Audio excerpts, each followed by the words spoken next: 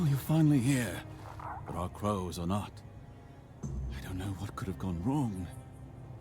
Maybe I misheard. Maybe I mixed up the names of the villagers. Oh no. They're here, aren't they?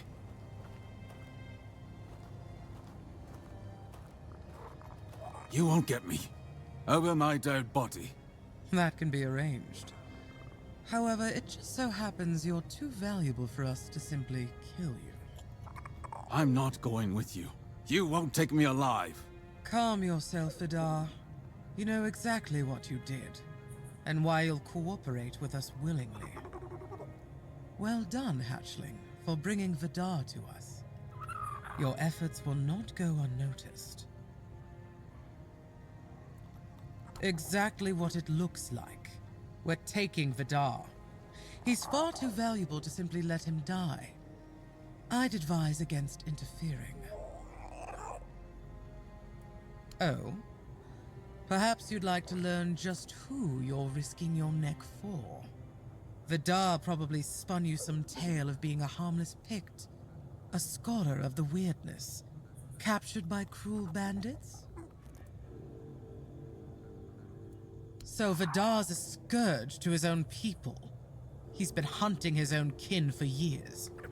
He's the one driving the Picts from the region. If you support him and let him go, you may as well start hunting them yourself. The two of you can enjoy your genocidal romance together. And meanwhile, Avalon will lose the only force capable of fighting the horrors of the weirdness. Frankly, it's quite reckless. The only ones I killed are children of Morrigan. Yes, some of them were Picts. But once you swear yourself to that wretched order, you stop being human. That's why they lured me here, don't you see? I've slain those who murdered my kin, not the other way around. Ah, so this is the bedtime story you tell yourself so you can sleep at night. How quaint. I only kill the wicked. I only hunt the guilty. Sure, sure. Tell me, Vidar, when did you start deciding who still counts as human? That sounds worse than anything the children of Morrigan ever did. A pity. Then let's see if the strength in your arms matches the sharpness of your mind. This is my lucky day. Your love.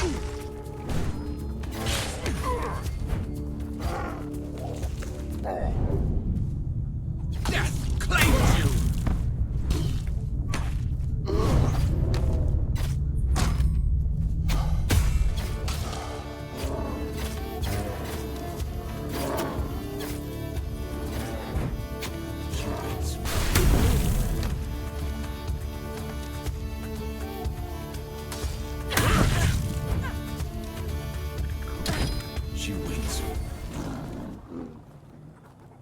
We did well. Good to see you didn't fall for that snake's lies. Have you ever heard of whispers of shadow governments, of secret orders pulling strings? There's more truth to those than most would care to admit. They don't rule openly, no. They place their people in key positions, courts, military outposts, anywhere decisions are made. Not as commanders, but as the ones whispering in their ears. The trusted right hand, the loyal servant. They scheme, they influence, they guide the hand of power. And so, their own hands remain clean.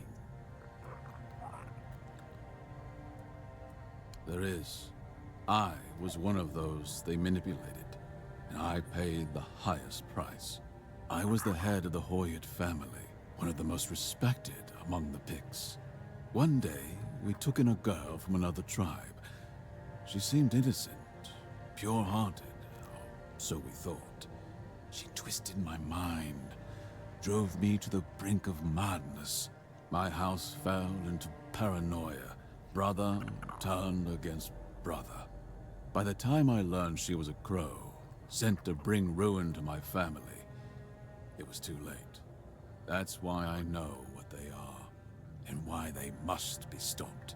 No one should suffer, as my people did. I've made it my life's work to root them out, and I will. You've seen what they're capable of. That's why I ask, will you stand with me against the children of Morrigan? Or at the very least, will you stay out of my way? A wise choice. I have a lead on another crow spawn. Take him down, and we'll be one step closer. In the meantime, I'll keep hunting. Their reach is further than we can see, but mark my words, we'll root them out, no matter where they hide. Look for Rolf, a keeper of the South.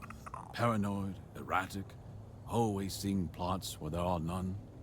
For once, he might not be wrong. I overheard something. Whispers that his brother once served as a fledgling among the children of Morrigan. That alone would make him a target for recruitment. And knowing them, they wouldn't ask twice. The children don't leave loose ends. If his brother served them, he's on their list, one way or another. And if they've turned him, he's a threat to more than just us. A keeper swayed by the children of Morrigan is a danger for both the Horns of the South and Camelot. He wouldn't just be a traitor, he'd be a foothold for them. A way inside. Looks unassuming, but don't be fooled. And make sure no one sees you taking him out. No need for extra complications. Good hunting.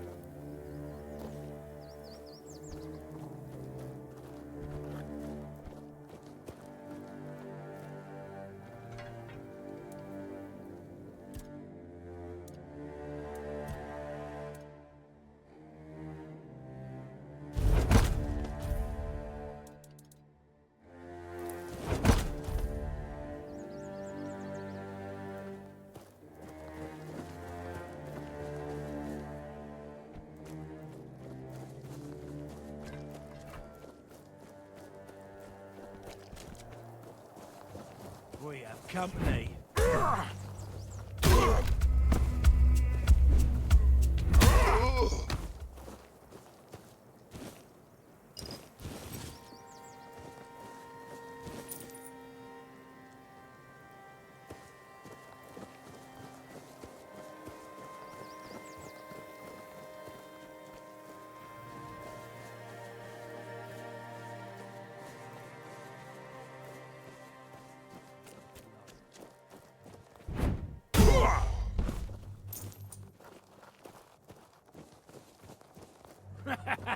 This is my lucky day.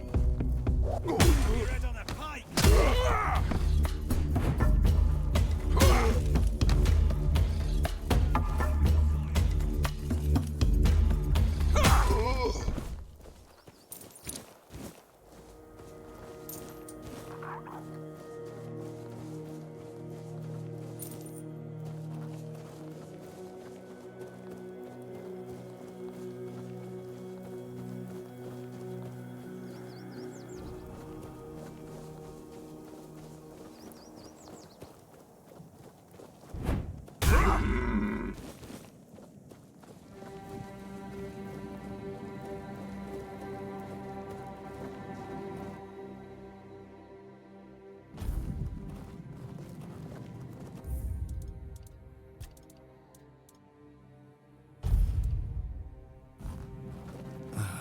You're back.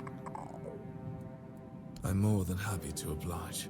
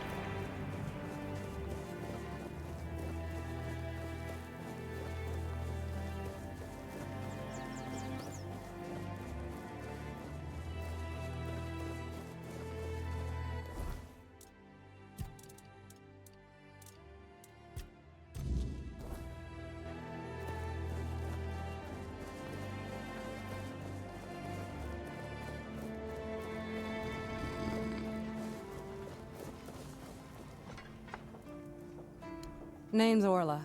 I'm a merchant. Or I try to be, when my business isn't being held hostage by a bunch of idiots who seem to be terrified of women. What was I thinking when I decided to leave Timberwall? Should have stayed there. If only. I can't get in touch with Brandon. And it seems that he gave the order to keep me here. Precisely here. Right in this damned spot. And I'm afraid. If I stay here any longer, some of those geezers might actually drop dead. Don't get me wrong, I quite like this place. The air is crisp, the sea is calming. It's true, the company could be better, but I wouldn't mind living here one day. Only a keeper is allowed to own property in the Horns of the South. I looked it up. It's an actual law, not just something Brandon made up so I'd stop breathing down his neck. So unless I grow a pecker overnight, it'll never happen. I used to love it when I was younger. It felt like an adventure. Like I was a brave heroine venturing into the dangerous world. But it gets boring after a decade or two. Eventually, you start feeling like you haven't had time to sit down since the moment you left. The dangers of the road stop becoming exciting. They become real.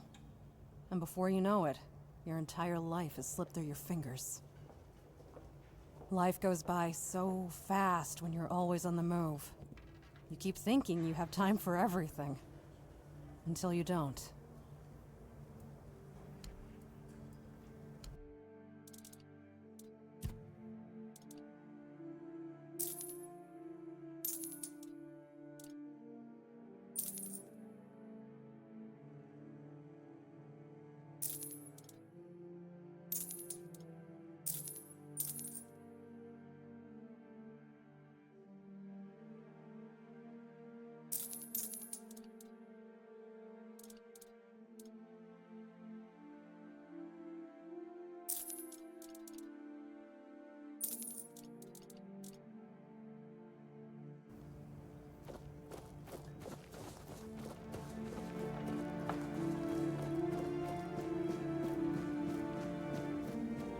Ah, what a nice day.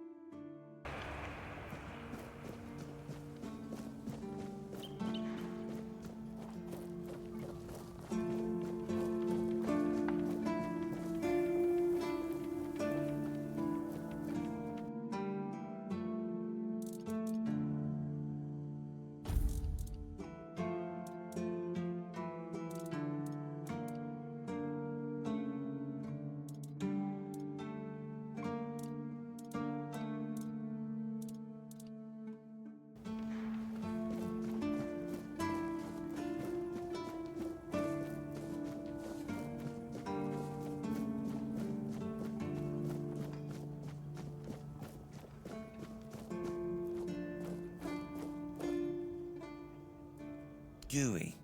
Funny, I was just thinking how people keep showing up uninvited. Watching, asking questions. Or maybe that's just a coincidence, right? What, are you here to diagnose me now? Maybe I just don't like people sneaking up on me. I know I'm always being watched. I know there are forces in Avalon, unseen, waiting for the right moment. The fools don't see it, but I always have. And now, they're closer than you think. Wait, what? Who told you that?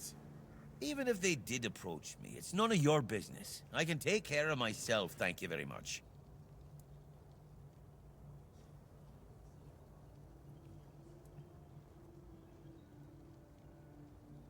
You don't waste words, do you?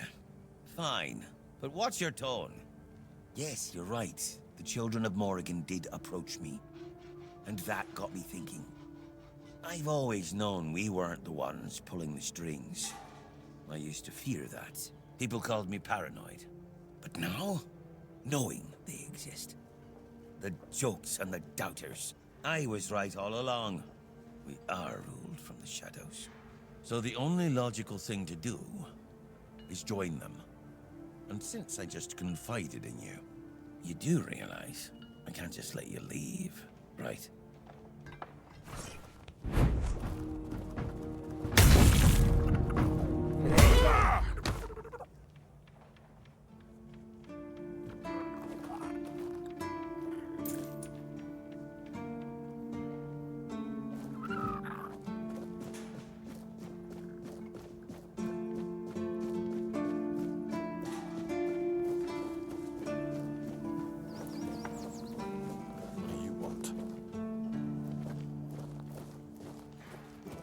I just heard that some old man named Morris showed up at the keep, dragging the head of bald Kate just so he could be with his wife in the Horns. Can you imagine? I still can't tell whether it's bravery or he's just out of his mind. Probably a bit of both.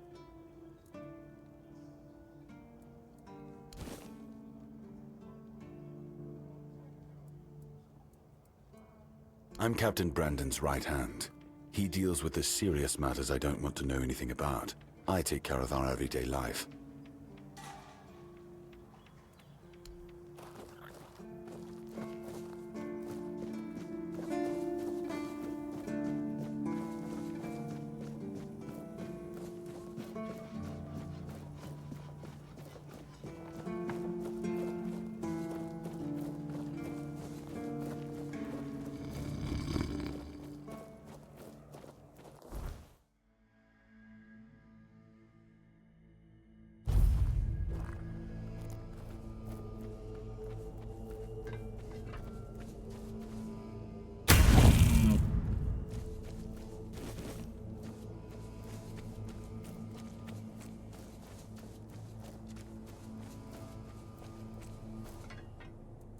Then it's done.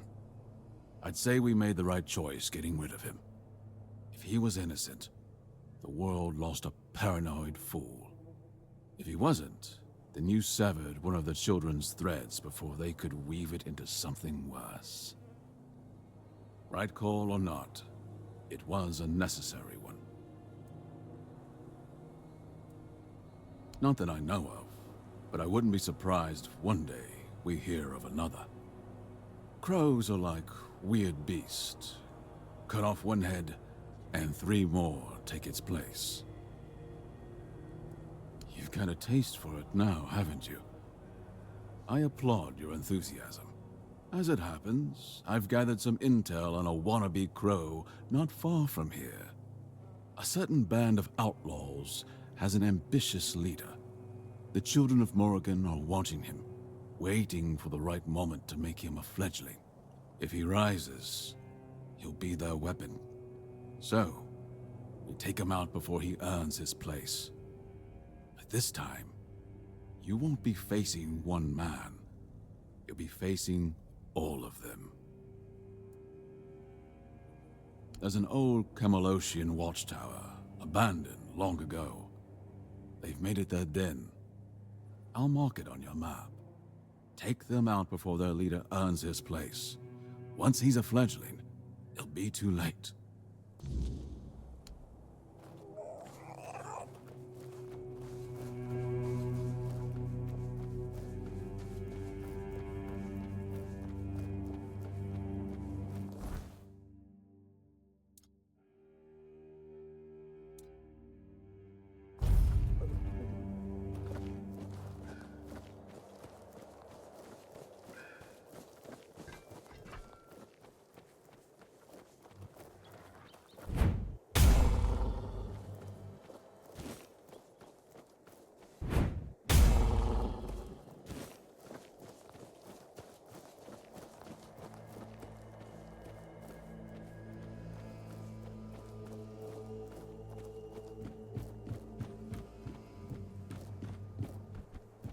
Who goes there?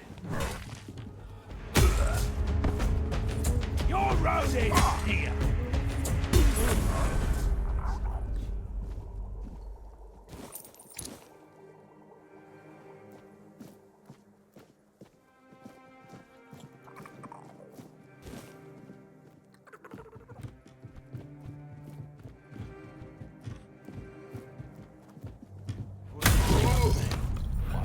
Your gold belongs to us.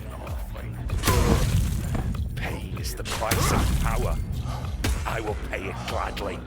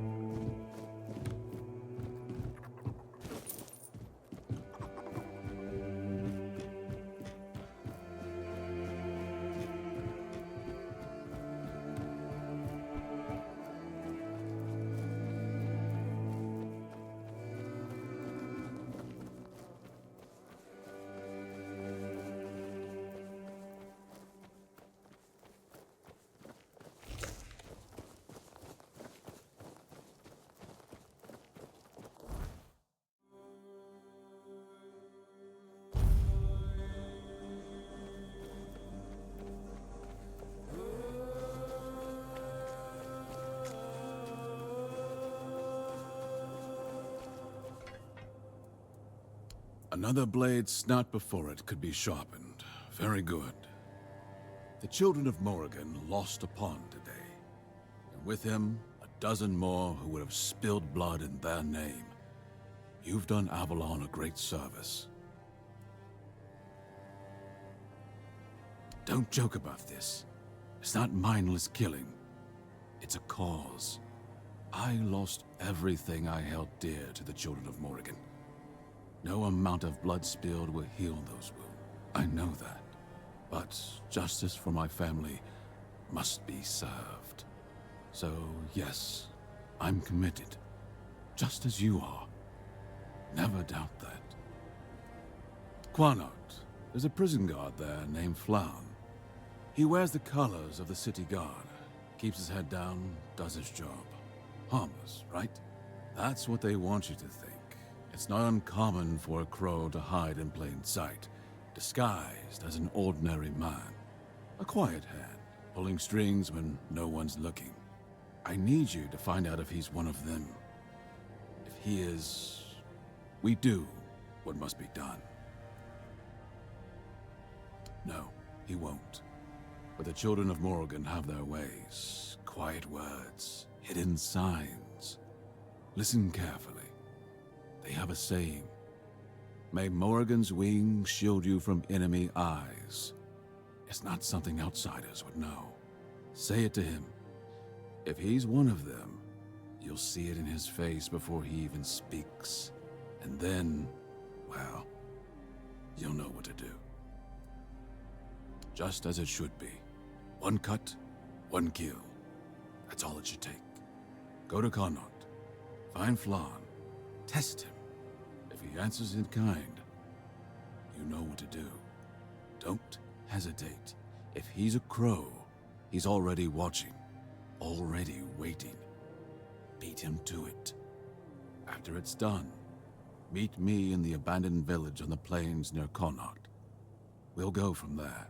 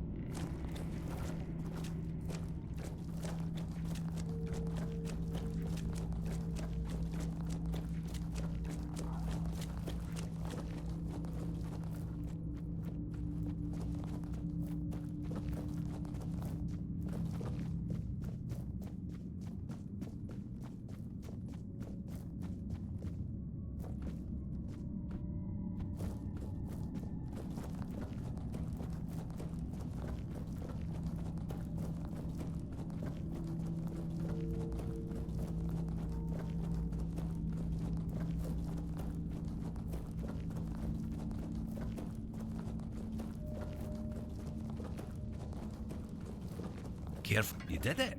Impressed. I wish I'd been the one to face the Mistbearer, but I bow to the one who managed to slay it. Excellent. And here's your reward. The guild never stopped operating. At one point, we chose to work from the shadows, but we never ceased to exist. It wasn't the first time in Avalon's history that a group of ignorant fools, manipulated by politicians, needed a scapegoat. The Druids were the first target, and the plan was for the Alchemist's Guild to be next. We preferred to disappear on our own terms, but we still care about the fate of Avalon and its people. Our guild was indeed formed in Camelot, but we fled from there long ago. The Thoid tribe is the only one that doesn't fear magic. The guild saw my potential and invited me into its ranks. Yes, I did. With your courage, you've proven yourself a worthy candidate for the ranks of the Alchemist's Guild. And to be honest, it's been a long time since I've felt this confident about a new guild member.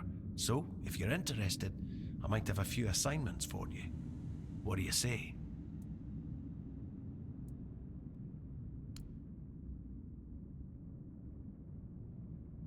We have a valuable member, a researcher of the weirdness named Eckhart from Connacht. A very wise man. I have my own mission to complete, so finding out why he hasn't contacted us falls to you. I'll mark his workshop on your map. If something unfortunate has happened to him, at the very least, recover his research. Let's meet at the statue of the Morning Harpist in Connacht.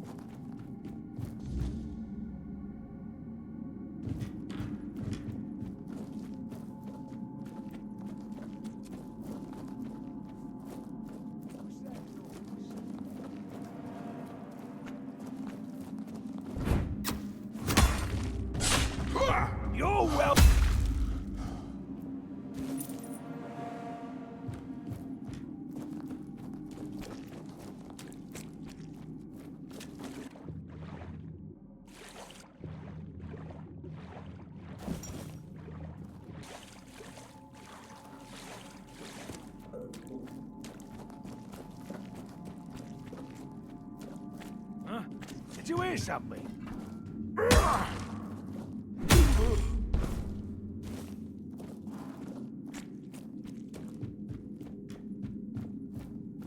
Stay sharp.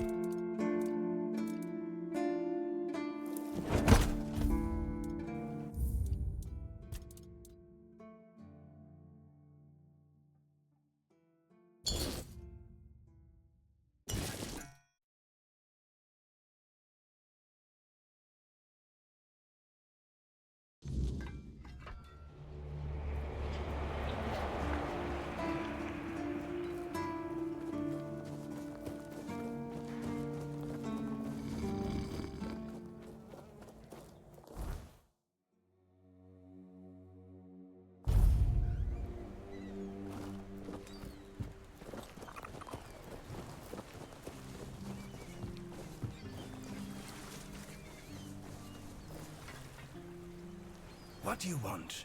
Who are you? Bloody hell. Not another ghost. Leave me alone. I swear if you don't leave me alone, I'll kill you.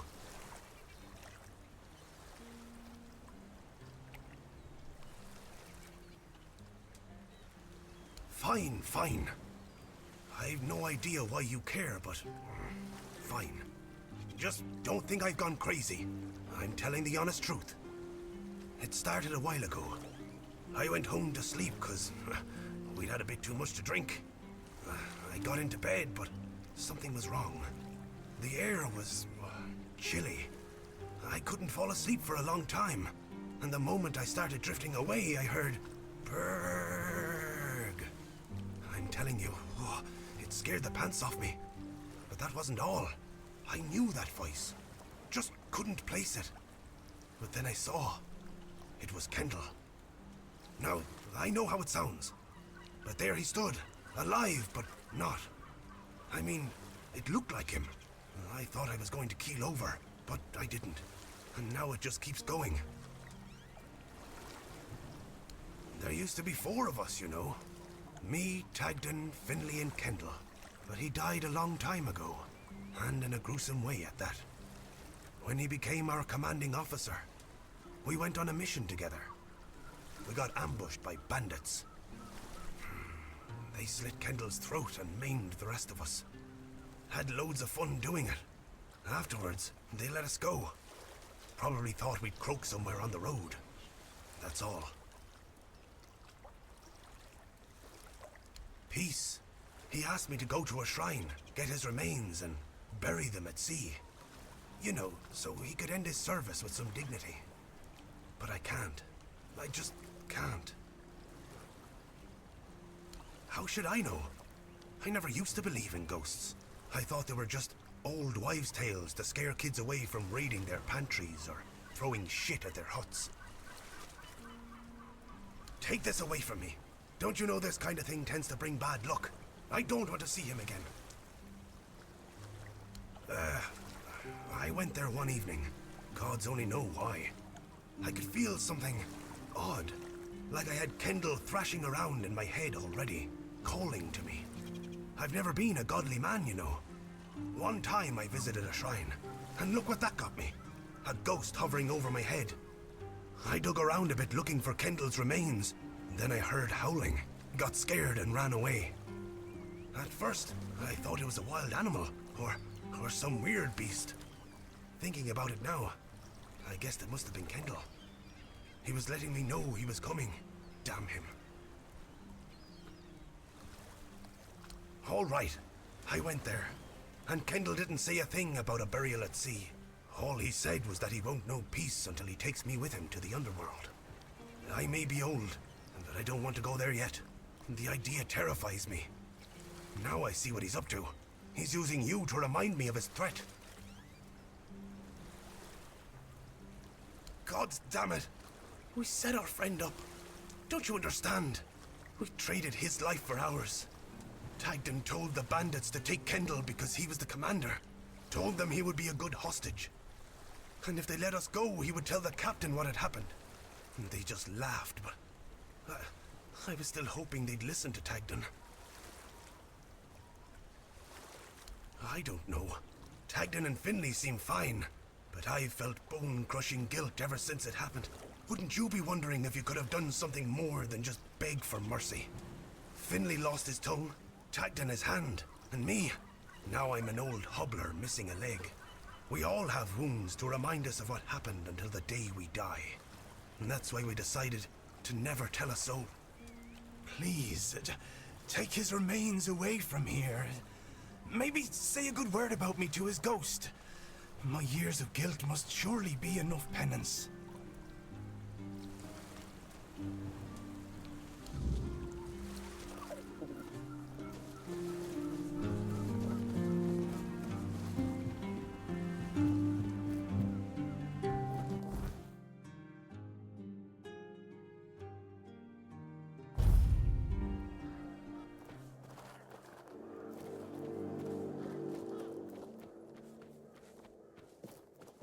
Huh? Did you hear something?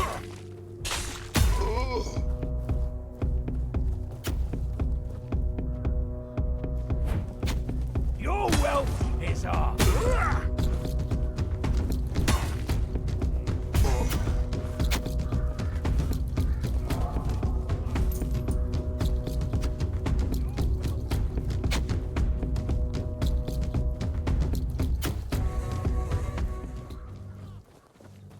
Your gold belongs to us.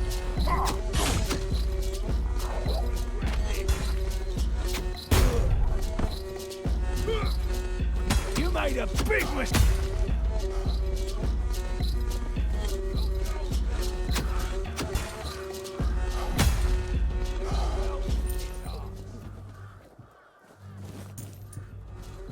Your gold belongs to us.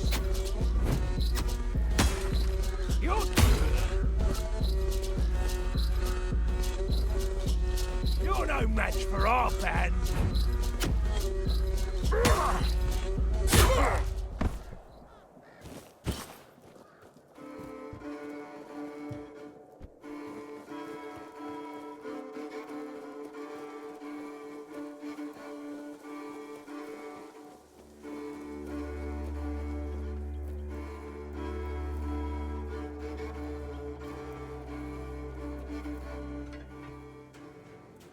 Berg, some friend he was, got me real good. Tadgan and Finley also did their part. Tadgan goaded those bandits quite nicely, so they killed me, but not them. But Berg, he was the reason it all fell apart. Damn bastard. Why should I stop haunting him? Out of pity? Nah, he deserves it.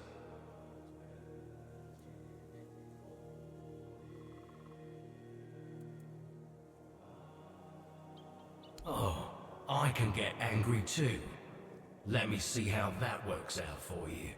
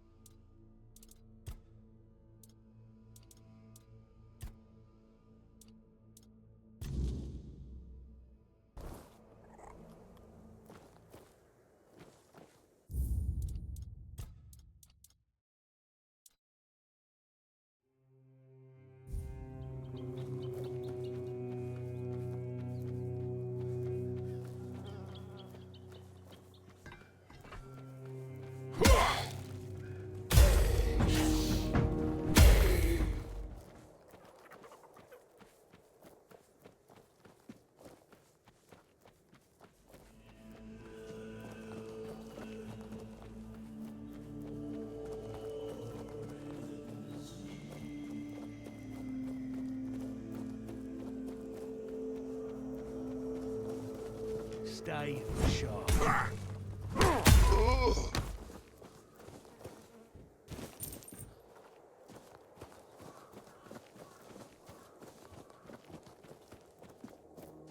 You disturbed my peace.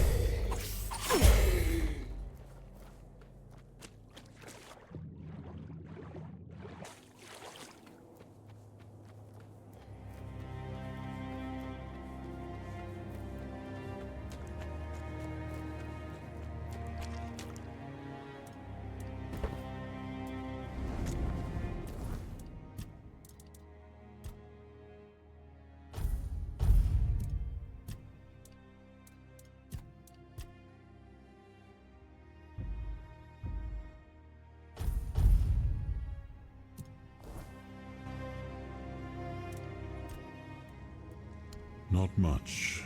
I never encountered one myself, but I heard stories about them. Mist bearers, like most creatures on this island, emerged from the weirdness. They were always drawn to magic. The druids believed they fed on it in some way. Merlin forbade his apprentices from hunting them. Druids were too valuable to our war effort to be distracted by such pursuits, and they were meant to carry on Merlin's legacy should he fall. What became of them after the war, I do not know.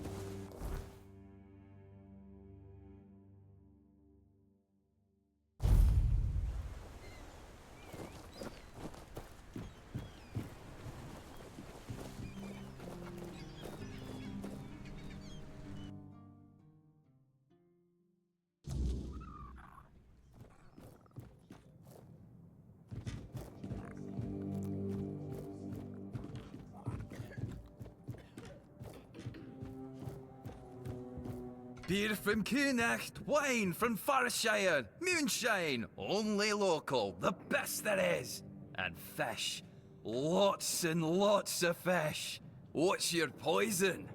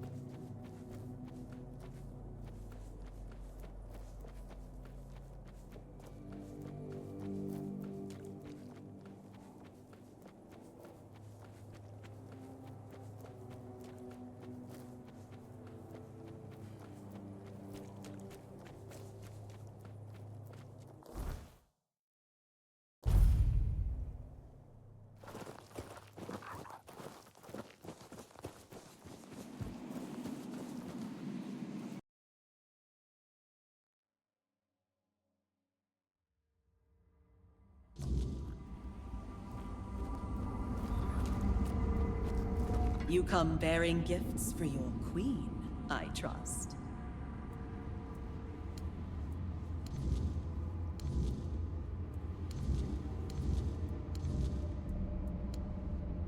You have your task. Return only when it is complete.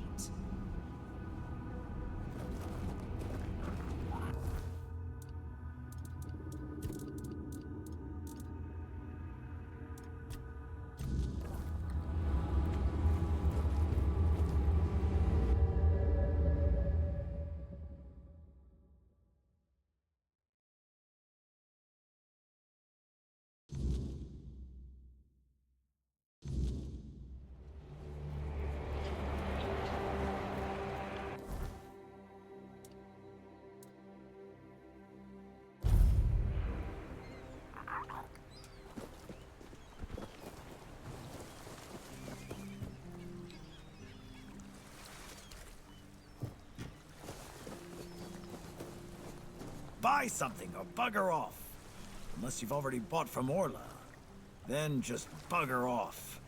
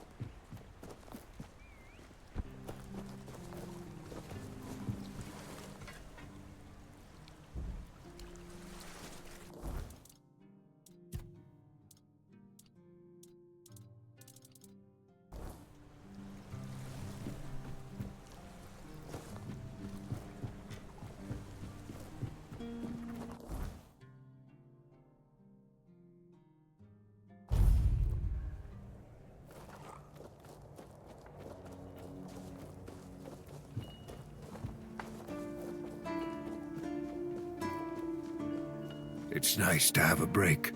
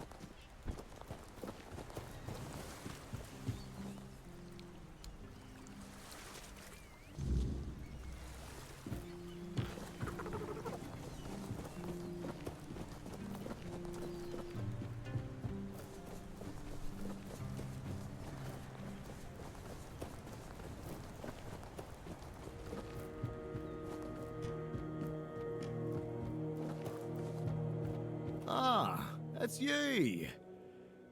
Do you need something? You did? I thought I heard some hammering. Oh, well, thank you for that. Truly. One less thing to worry about, right? Here, I put aside some money from my budget. You've earned it. And you have my gratitude.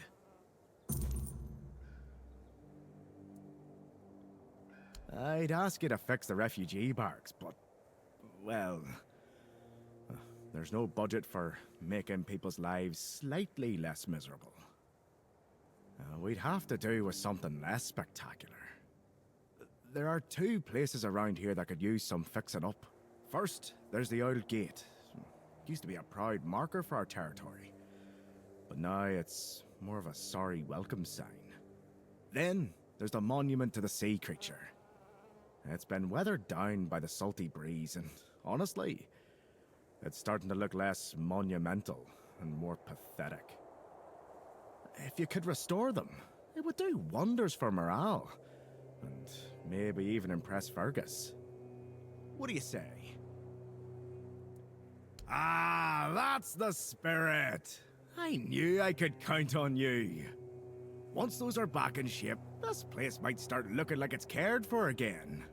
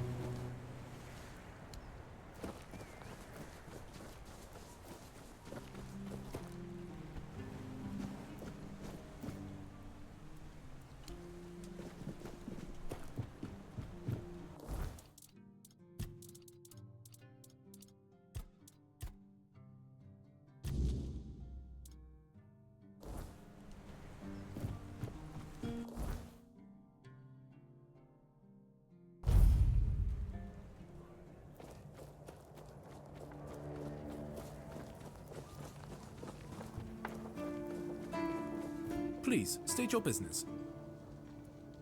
A fight to the death. It must be so exciting. Go!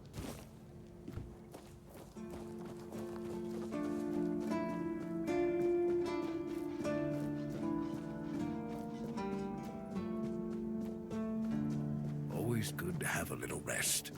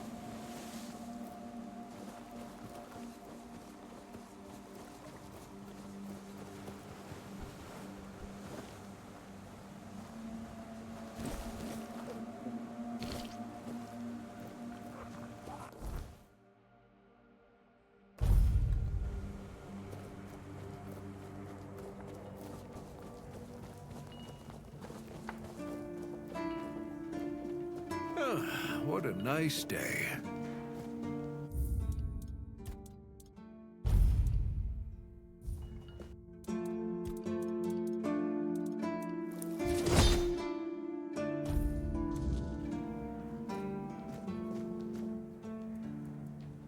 You've done it again!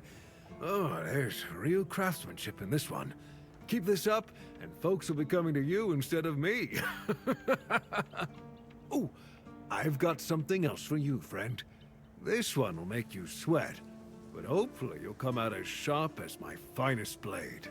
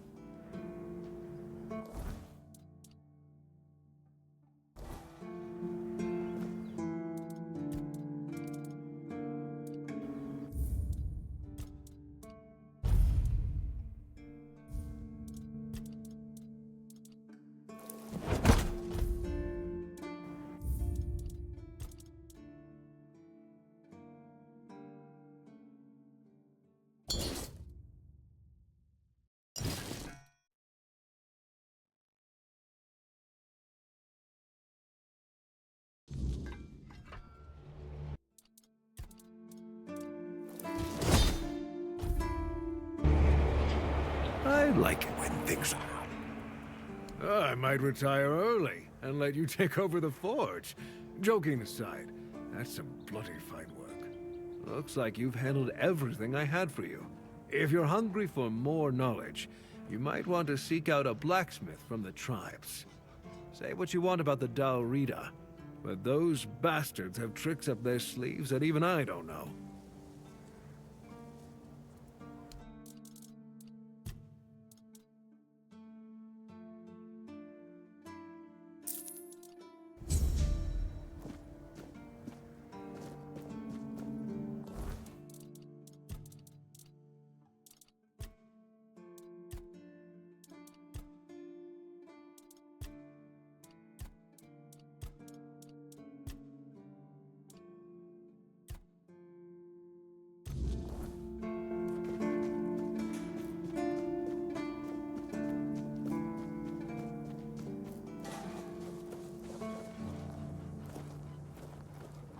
Blessings upon you, stranger.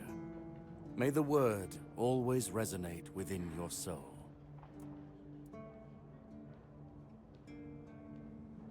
Certainly. Kai's blessings know no bounds, but sometimes it's useful to seal them in a handy flask.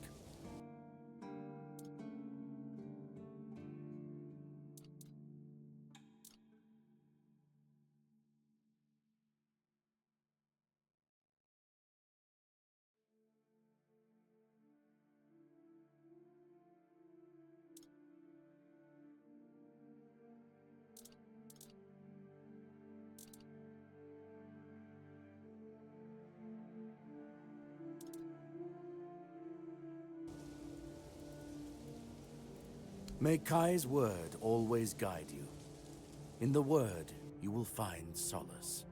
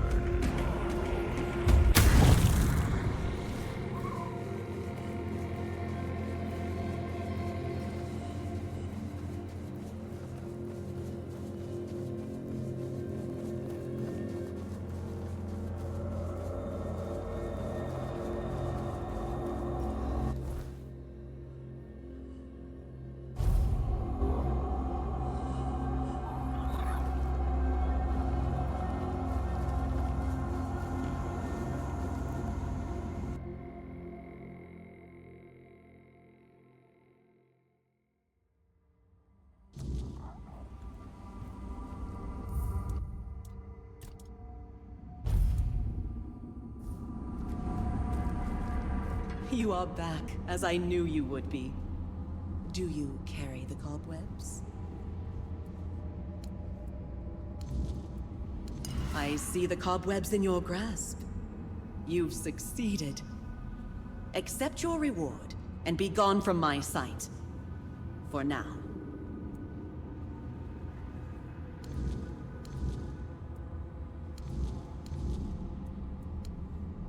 Go forth and gather more. The Hive depends on you.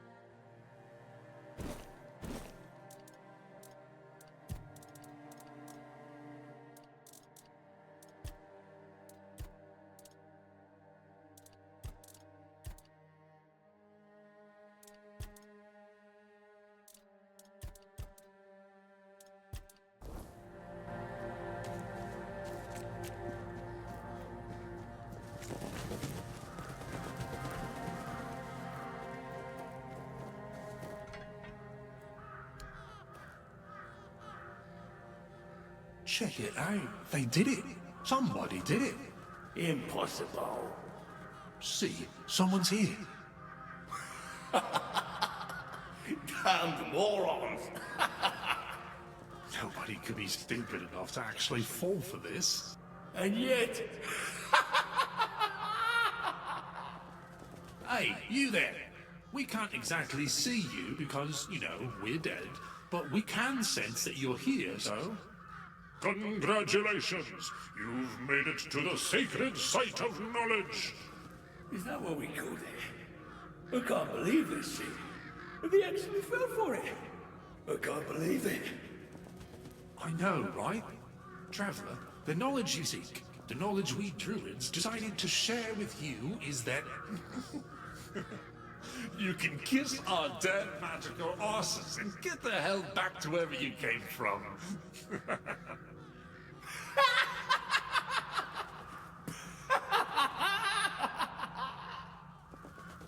Now scram.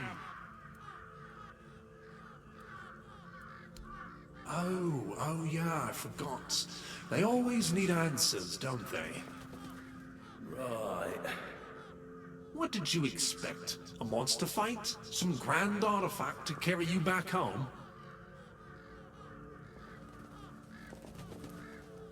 No monsters here. At least none you could fight. Yeah, you people and your treasures. You remembered to take something with you? Not really. Here. Here's your artifact. You must carry it with you at all times or else.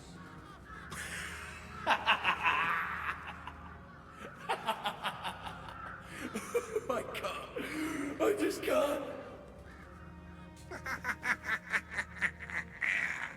Yeah. Now scram.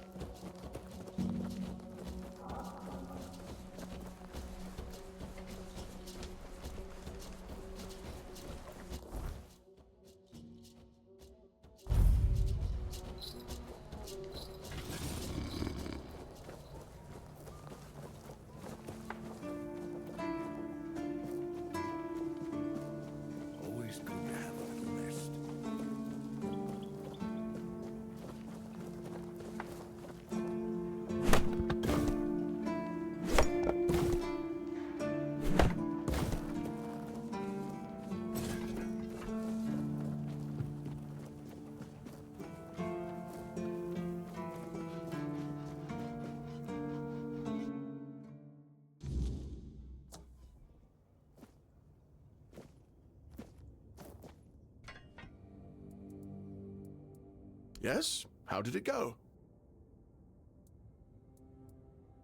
Bastards. If this is how they behaved when they were all still alive, it makes more and more sense that people got fed up with them. But I don't get it, you know? Think about it. You have all this knowledge. You're practically a god among men, and yet you treat them like this. Why wouldn't you let the chosen few in on the secret? Why wouldn't you share the mystical arts? Or even just let them observe? How are we supposed to figure these things out for ourselves? It would have been beneficial for all of us if their writings, their rituals, and their deeds weren't written in code. If they were easier to understand. Mistletoe? Really? They gave you mistletoe? Useless junk, and a parasite to boot. Really nice way of proving their point that we're unworthy of their knowledge. What? Changed? Changed how? Is it bad?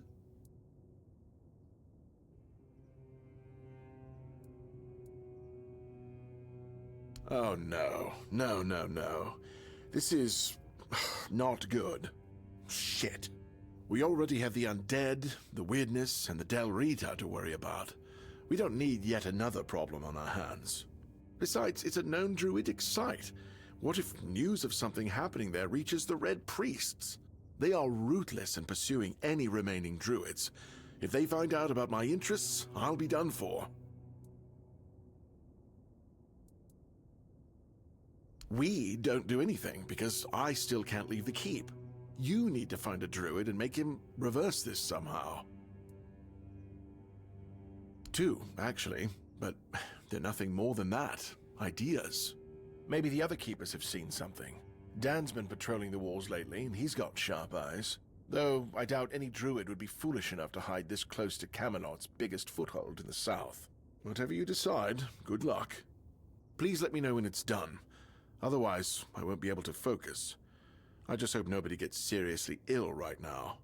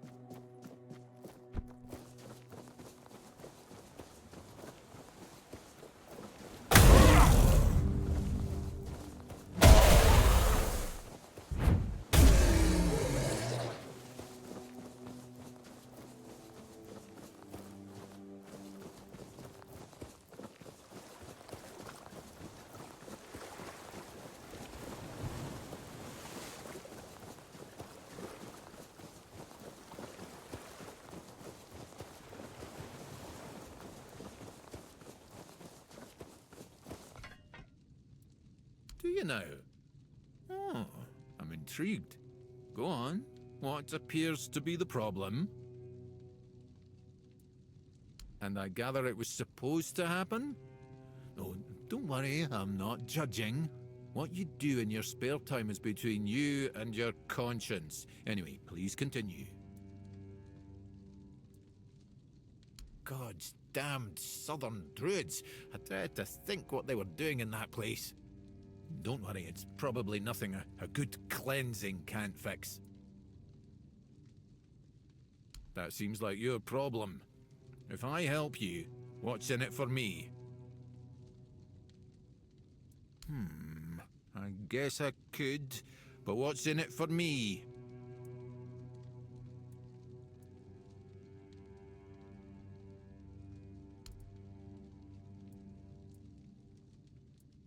Now you're talking. Right. If you don't mind, I'll take my payment up front. Splendid. Meet me at the Cromlech. I will need your assistance with the ritual.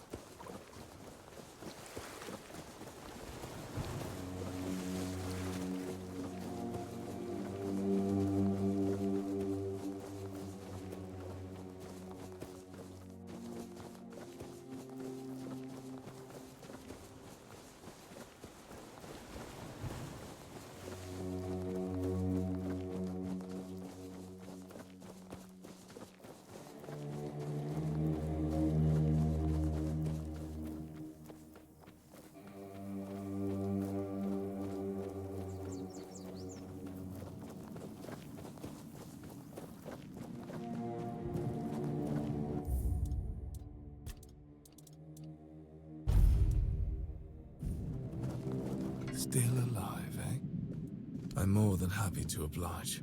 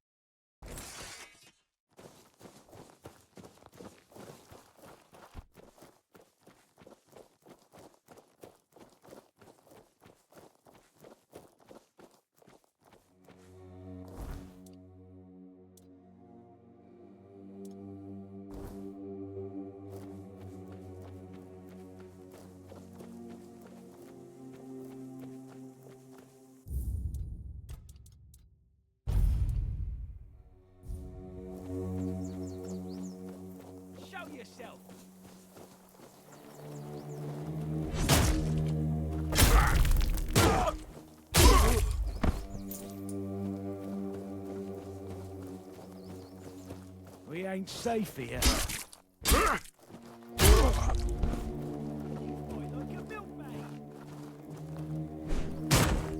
Your money or your life?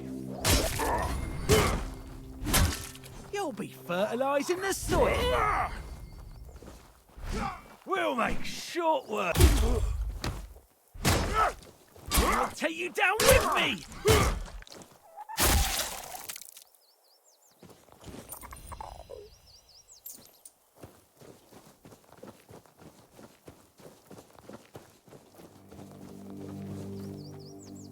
We're being watched!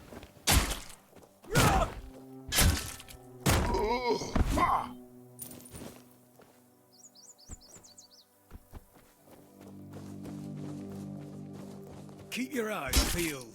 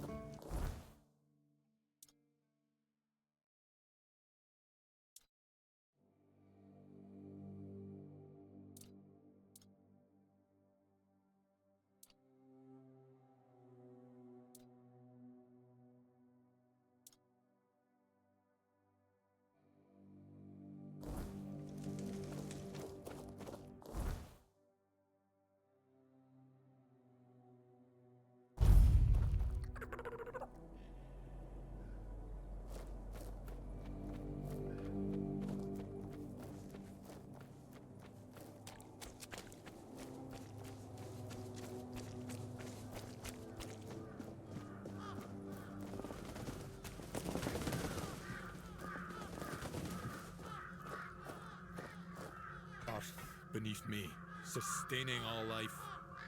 Air around me, inspiring all life.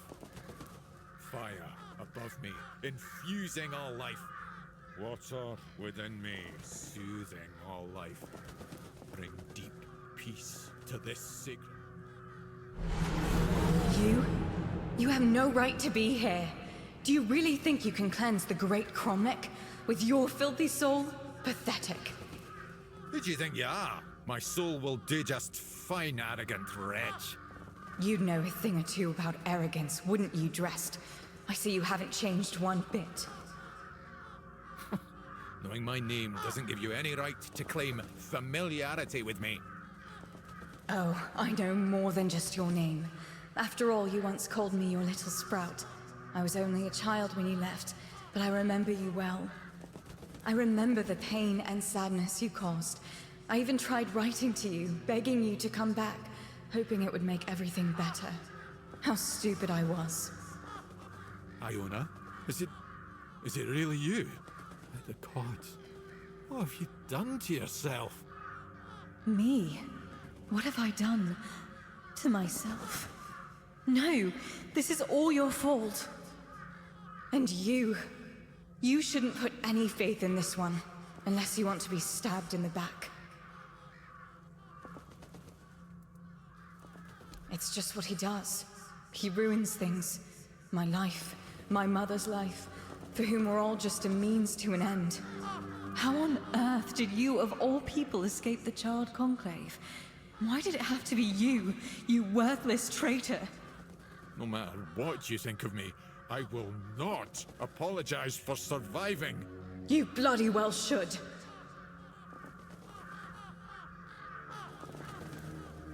He killed my mother.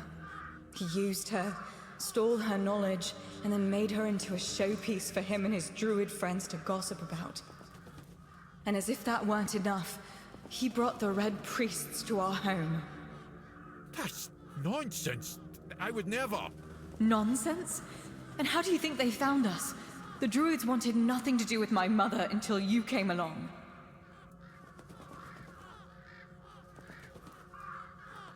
She was a Bandrui, one of the few women in history who completed the druidic rite of passage. But instead of being celebrated, she was vilified. The other druids detested her for merely existing. She led a very lonely life, until Drest came along. He was the first one to approach her as a fellow druid, curious about her achievements. Except that was also a damn lie. It wasn't. I swear it wasn't. I just wanted to meet her. Shut up! Stop lying! What difference does it make? My mother was special, and he was a nobody. The bastard pretended to love her, and then just left, discarded us both like we meant nothing. Mother was heartbroken, even more so when she found out that her beloved made a name for himself at her expense.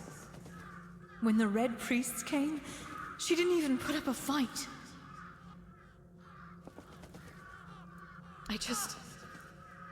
I wanted to be like my mother, to stop feeling so helpless. But I failed the ritual. I was too angry, too desperate, and too focused on getting revenge on my so-called stepfather. It quickly overwhelmed me. I ended up like this. Foolish girl. Your mother was exceptional. Just because you're her daughter doesn't mean you could succeed. If only you were there so I could ask you. But you weren't, because you left us. Sadly, it does. But there's a different way to do it. I managed to salvage some of my mother's work about the rite of passage. She believed that a failed ritual could be completed with a human sacrifice. A life for a life. Don't do this, Iona. It will ruin you. Please, you can't let her. There must be something else that can be done. Oh, you care now. Pathetic. You can stop pretending, Drest. We both know it's not me you're worried about.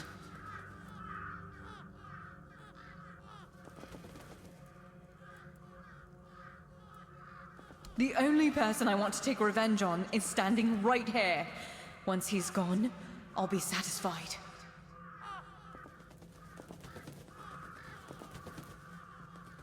Fine. Then I'll do it myself. I need these stones drenched with blood. His or yours, it makes no difference. I will be free again.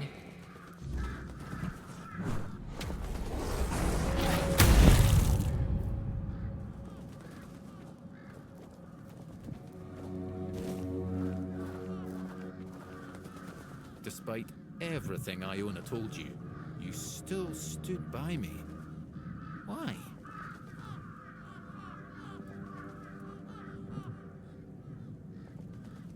She was alone, filled with anger and helplessness.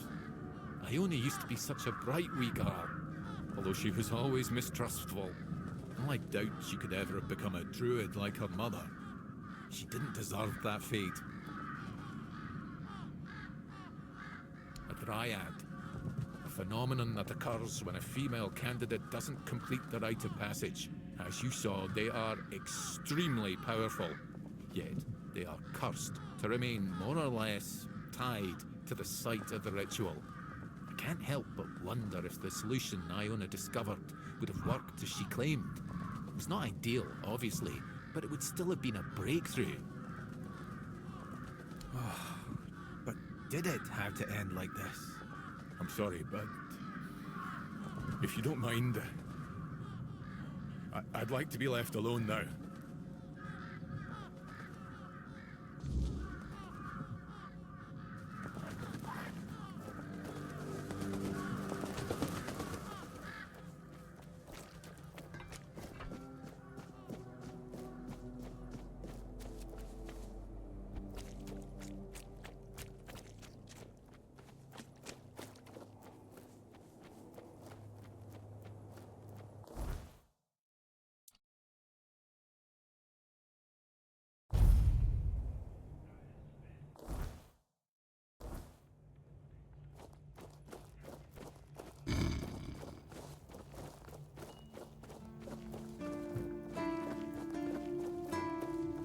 Please, state your business.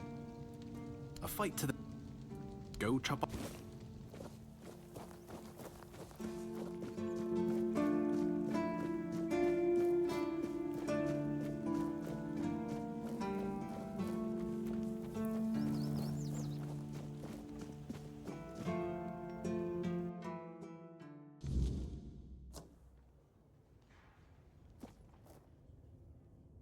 I figured it out! I figured it out! The mistletoe! Oh, how could I have been so blind this whole time? It's obvious, don't you see? They weren't laughing at me, do you see? They were telling me to embrace the part that I play in the world. The part that we all play in the world. Listen, mistletoe was their sacred plant, right? We know it's a parasite, and in extreme situations, can even kill the tree on which it grows. Why would you worship a parasite? I finally got it. They realize that if everything goes well, it has minimal effect on the tree. Sometimes it's even able to give something back. Even better, it's evergreen, so birds can feed off it in winter. And even though it's poisonous to humans, druids were able to make medicine out of its fruits. Do you see? It's so obvious that it's no wonder the answer eluded us all. It's not about the mystical arts, the scrolls, or the rituals. That's all smoke and mirrors. It's about observing nature and drawing the right conclusions. Mistletoe feeds off the tree, but it doesn't just take. It gives back, just like we all do. We always take from something. The trick is to give back more than we take. That's meant to be our role in the world. Yes, it's about understanding our place in the world as parasites, but useful ones. There's no more knowledge to gain besides what's already here. The trick is, we need to learn to see it. Ah, this is my new quest. Thank you for initiating this discovery. There goes another chance to join the guild. I really thought that scroll would be my way in. Instead, it just caused a mess I couldn't even clean up myself. Anyway, what happened back there?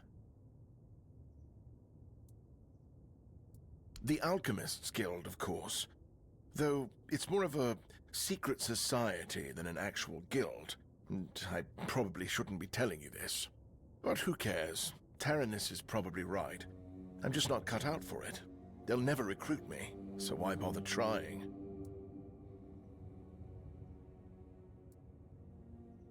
Wait, you're telling me that you killed the legendary wraith you was so desperate to hunt down to prove his worth? Ha! And who's unfit for the guild now, Taranis? I apologize, that was uncalled for. As a healer, I shouldn't laugh at the misfortune of others. But I am only human. Congratulations, by the way. Whether you accepted it or not, it's an honor. One I'm only a tiny bit jealous of. Oh, now that's just fantastic. Another discovery slipped right through my fingers. I guess I'm doomed to stay here, curing hangovers for the rest of my days. Maybe I'll finally be able to unwind a little. And there's still the mistletoe. I think it has a meaning, and I might be getting closer to grasping it.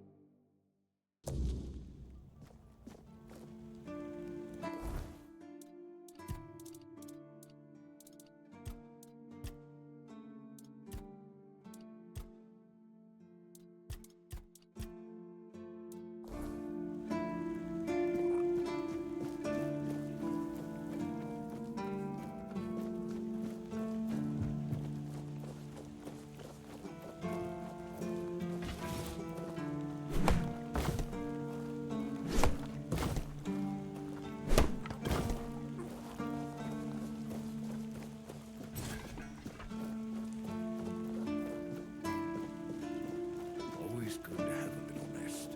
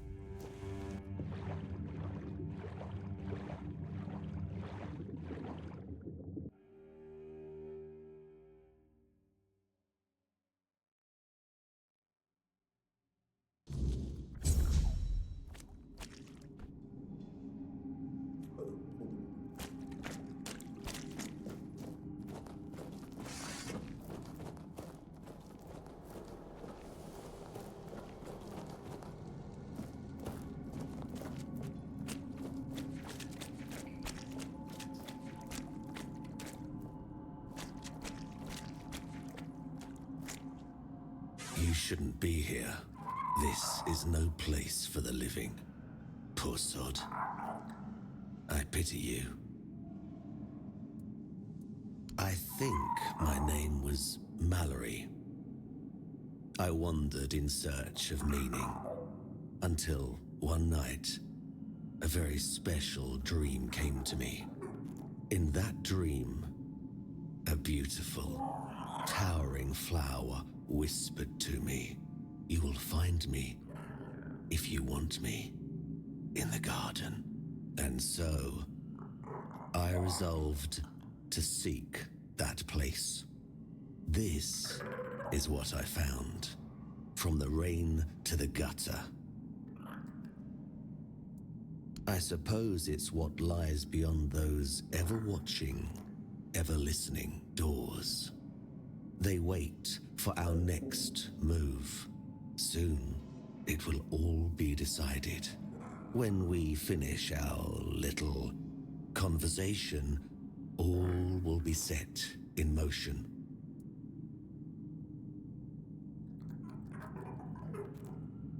It's no threat, stranger. It's simply how things will unfold.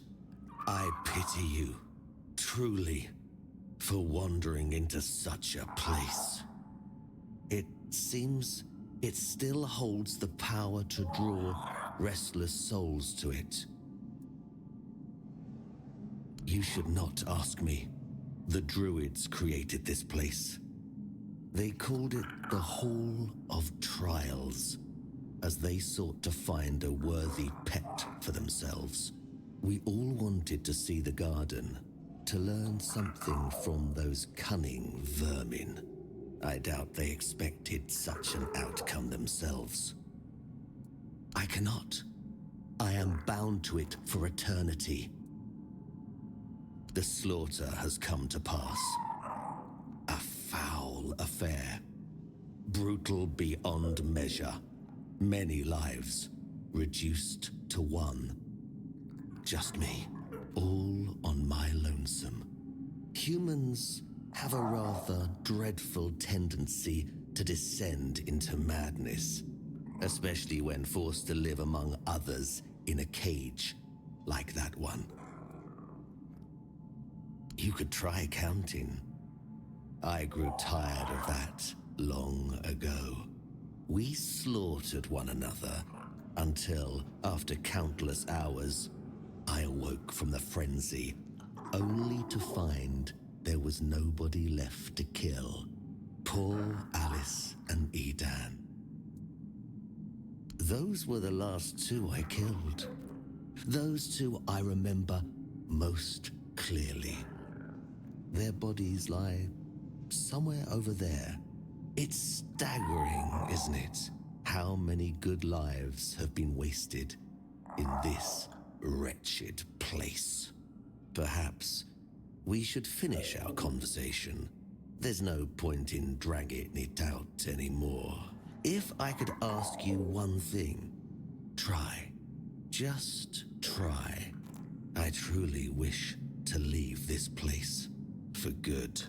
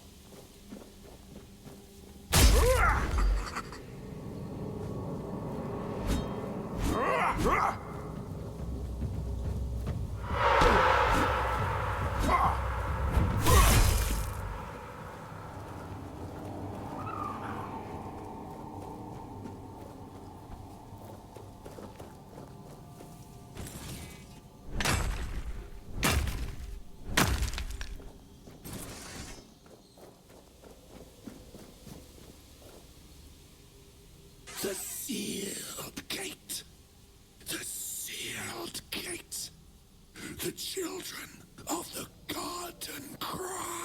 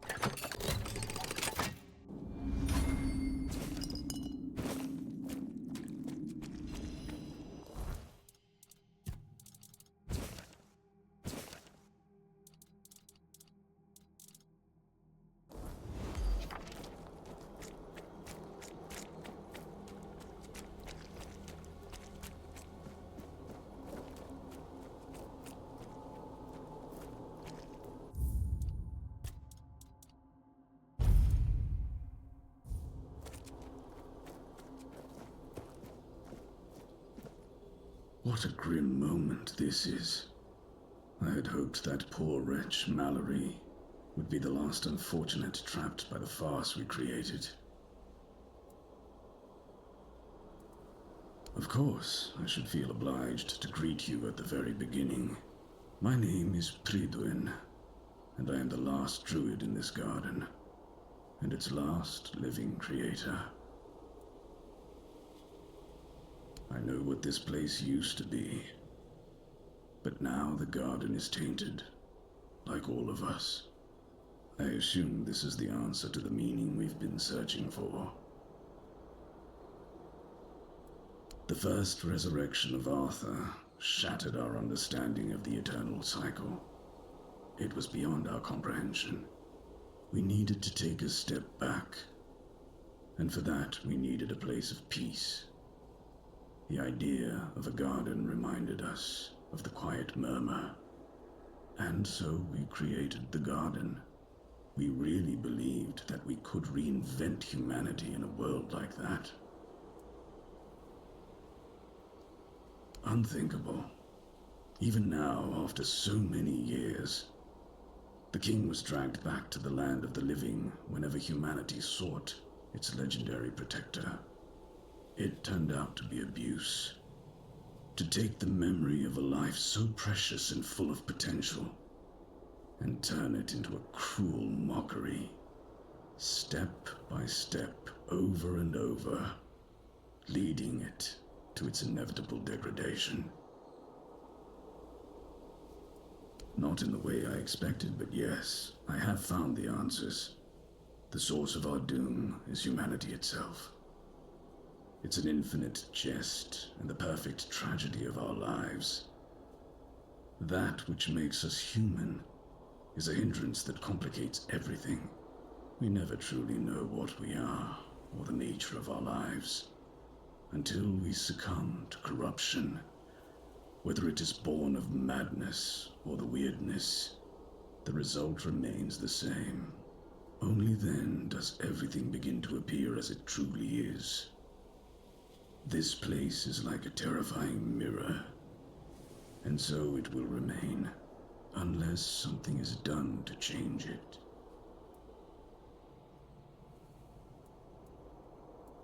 What has already happened cannot be undone. There is only one thing left to do, to bring it to an end. There is a sealed gate. Beyond it lies something that must be destroyed. Whether to face this terror or not, the choice is yours. If you consider that to be your path, then here, take the seal. Abomination born from a futile and wasted life, the child of our vain pursuits.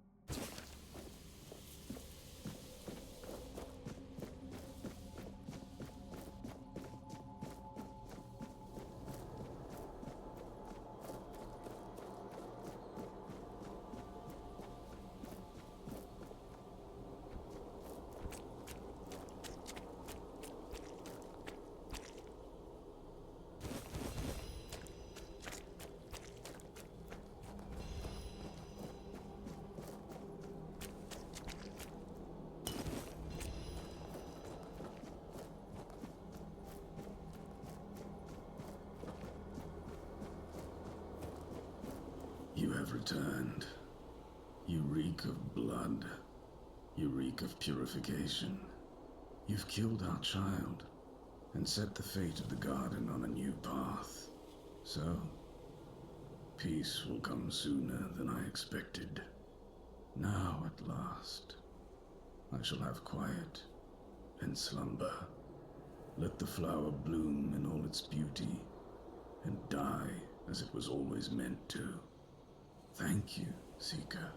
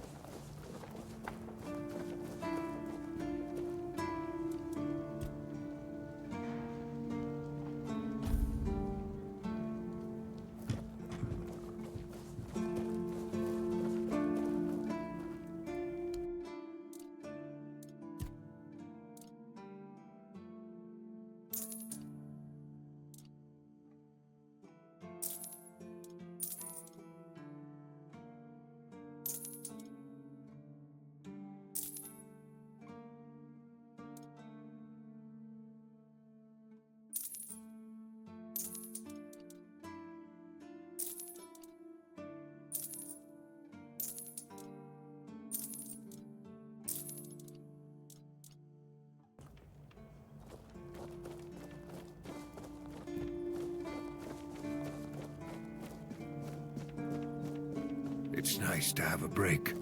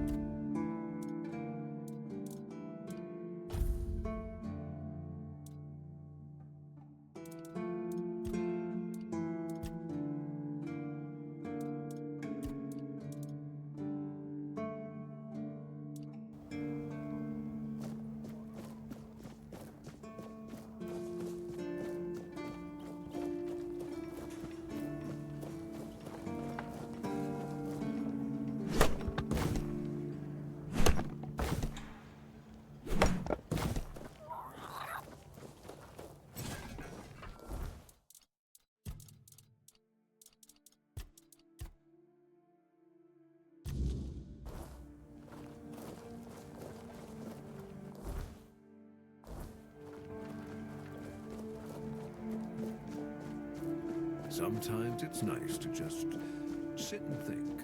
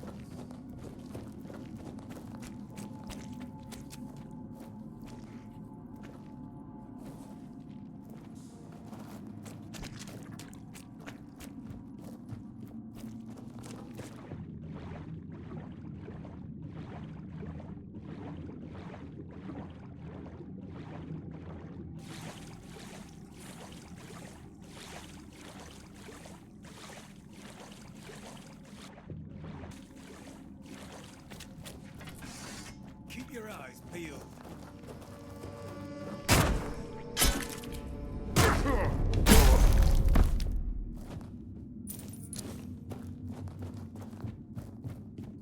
not right.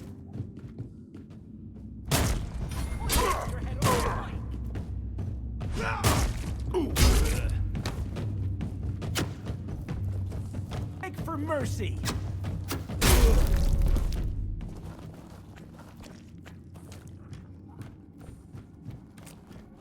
Say your prayers. Say your prayers. You'll regret this! I won't go down!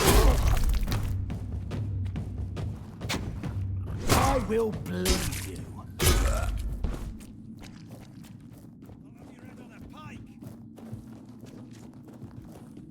Beg for mercy!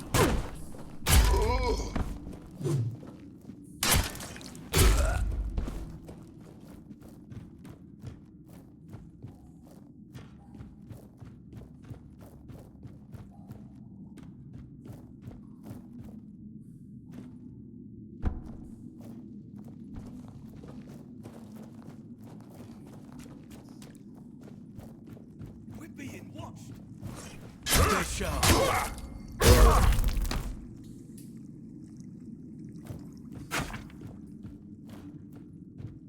I'll teach you to respect me.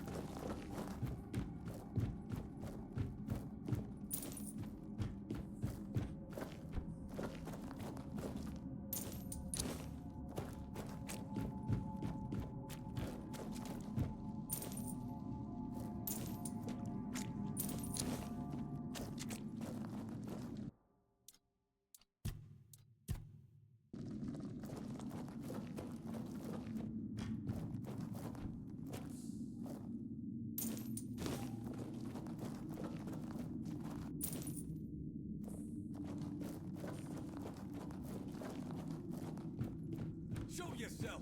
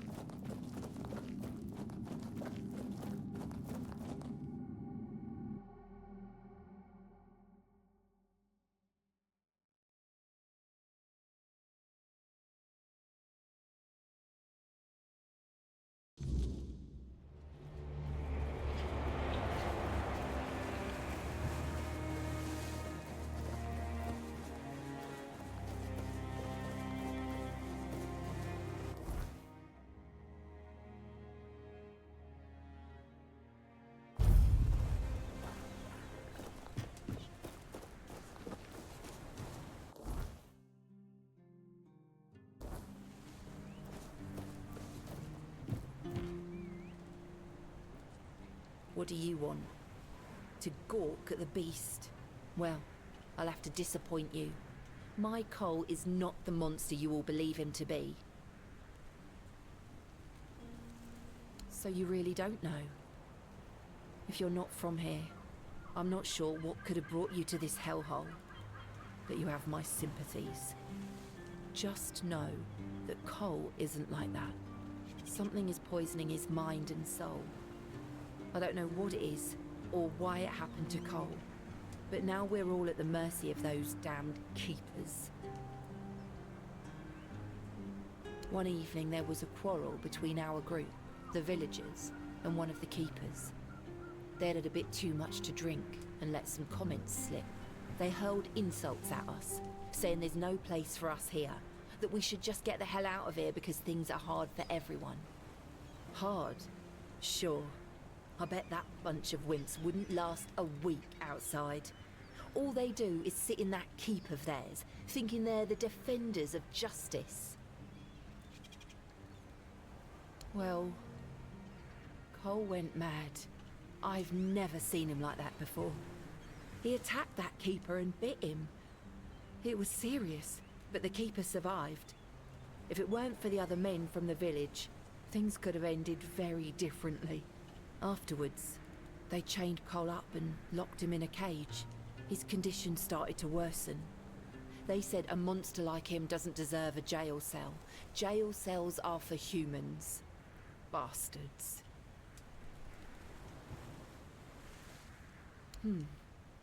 This might sound silly, but before we reached the keep, we came near a strange structure. The locals call it the Arch Spire. In the morning, we realized everyone had a strange dream, but it was a little different for each of us. Cole started acting weird after that, and in time, it only got worse. We set up camp near the Arch Spire.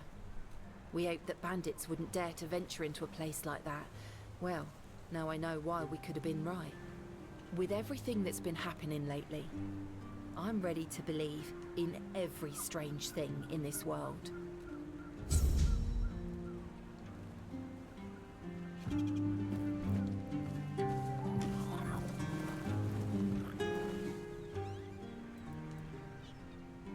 What? What? How dare you? Do you know the meaning of those flowers in that configuration? Revenge. Revenge, deception, and death. There's nothing nice about it, and I don't know if he did it on purpose or if he's just an idiot. But trust me, it's not a nice gesture. Thank you. For them. You are from nowhere, just like me. That's why I believe you. Take those flowers away, burn them, throw them in a cauldron, whatever. I don't want to look at them. Be careful out there.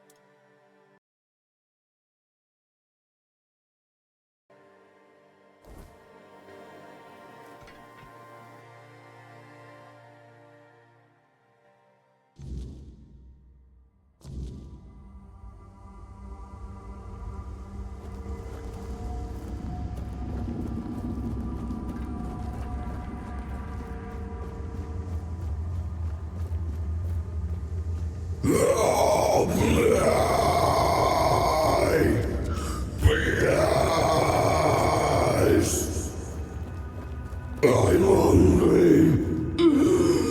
I just help.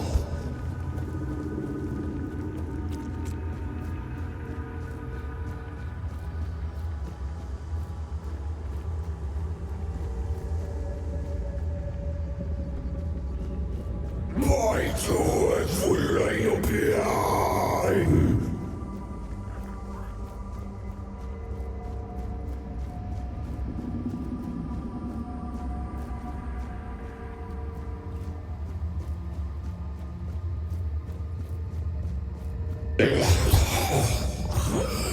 Help me! Come closer, please. Just for a brief moment. It won't hurt.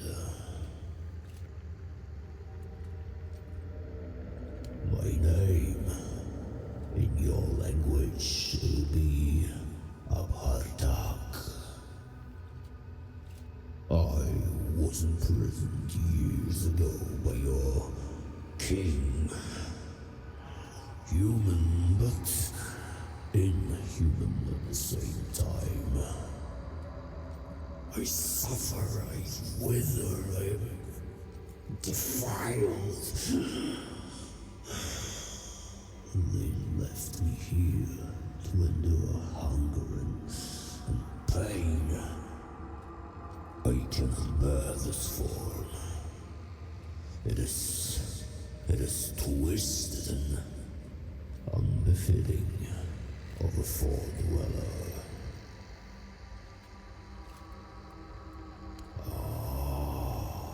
So you've come here to save that man. So, you cannot help him now. His humanity has been devoured. He has been freed from this pointless human existence. My death will change in nothing. It has gone too far. Instead, let me taste your blood. You too shall be freed. Let me taste your blood. I need just a little. Let me bite you.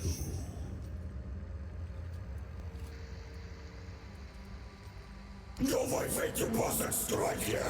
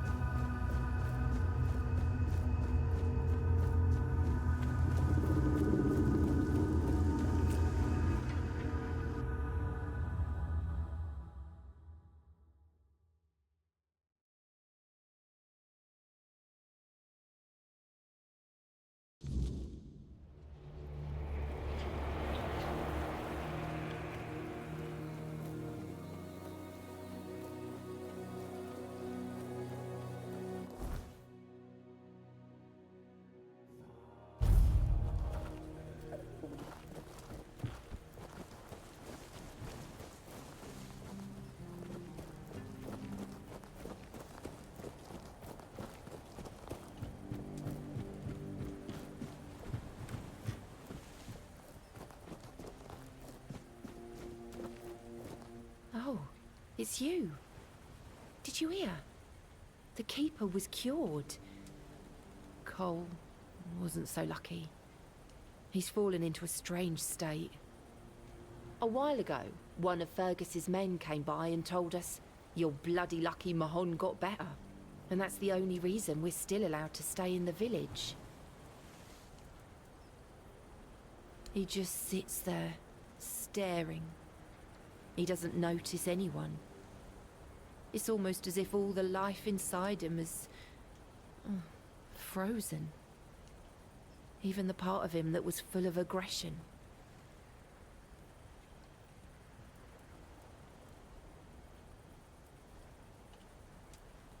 I had a feeling something might change with your involvement.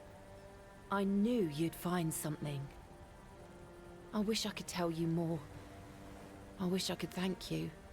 But right now, I just don't have the strength. You tried, and that means a lot. It's hard, and I don't think I can properly show my gratitude. I'm sorry.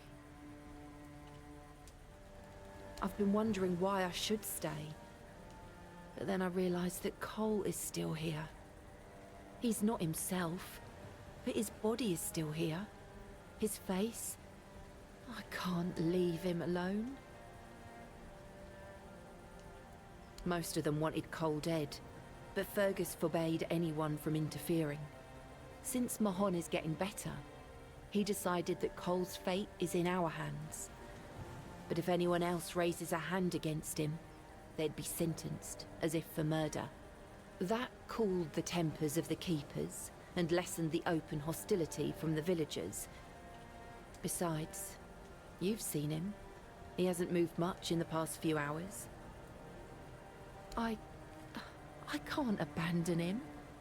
Even if he's not exactly the Cole I knew, he still looks like him. I won't ask you to end his agony. How could I? I'll take care of him for as long as he lives. And then, I don't know. I'll probably leave this godforsaken place.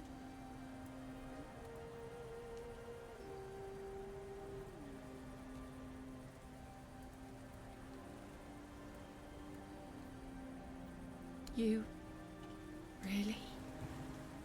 I don't know what to say. I don't... just... do it quickly. At night. I don't want anyone to see. And I... thank you. Still here. Still breathing.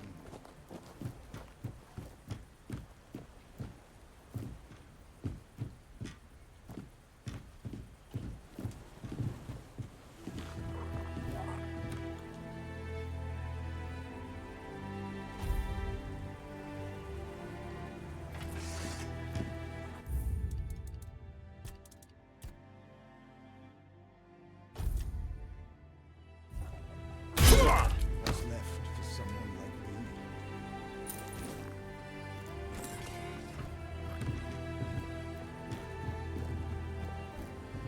You're back.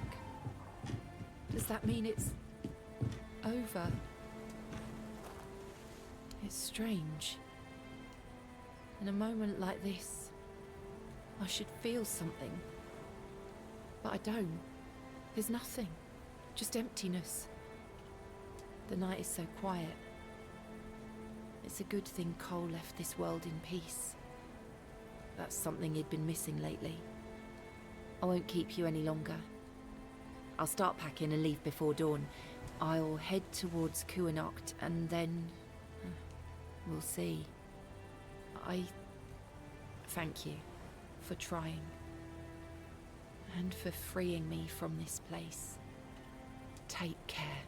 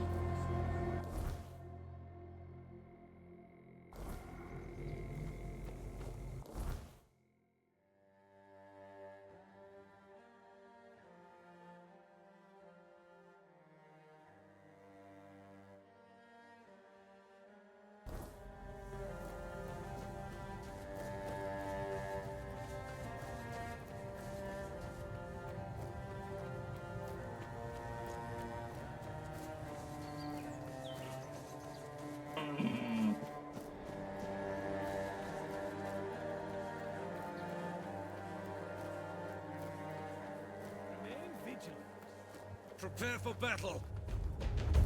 I'll strike you down! Strength of 100 men! That's all you've got.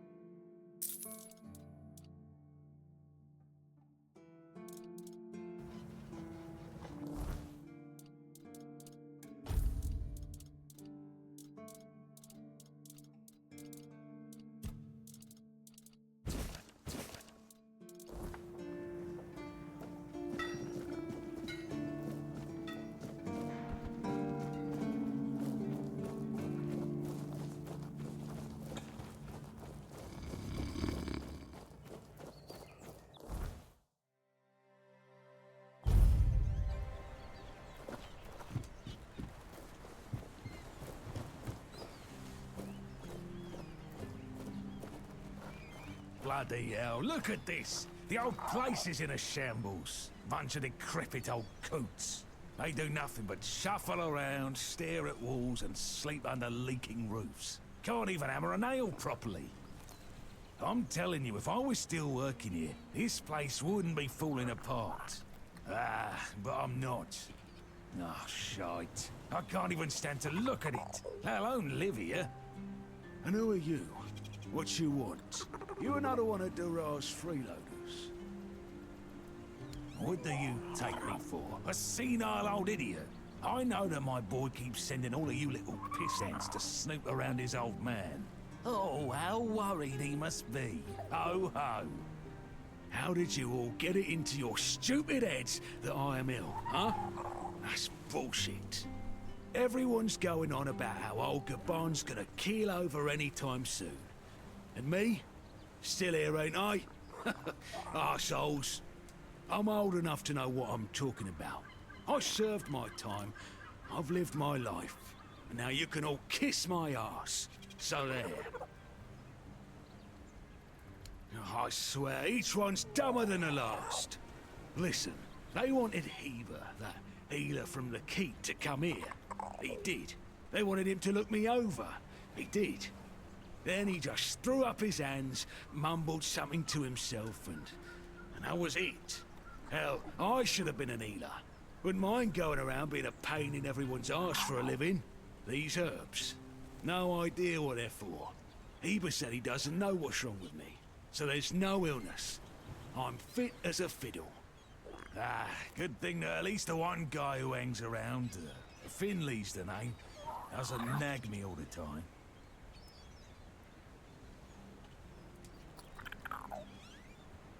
You're digging a little deep, aren't you? Bring me a drink, and I'll consider talking. Ah. So, what was your question? That's what he says anyway. But yeah, he's my blood. Eager like me, and look at that bulbous nose. Won't disown what's clearly mine. But I ain't gonna talk with a stranger. It's like half the blighters here don't have working peckers, or they've never even touched a woman.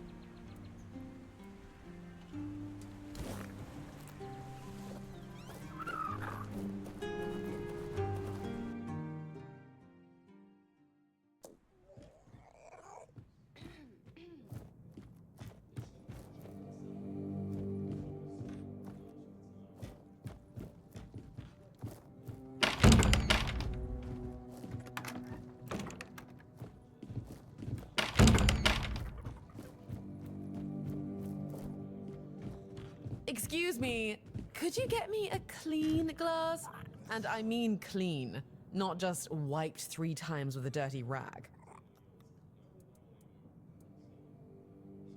My name is Alyssa Murray, and I'm here with my husband, a very important cloth merchant. But surely you must have heard about our family. Not to brag, but we are rather prominent. I am famed amongst Camelot's courtiers for throwing the most magnificent feasts. Thank you. I designed it myself.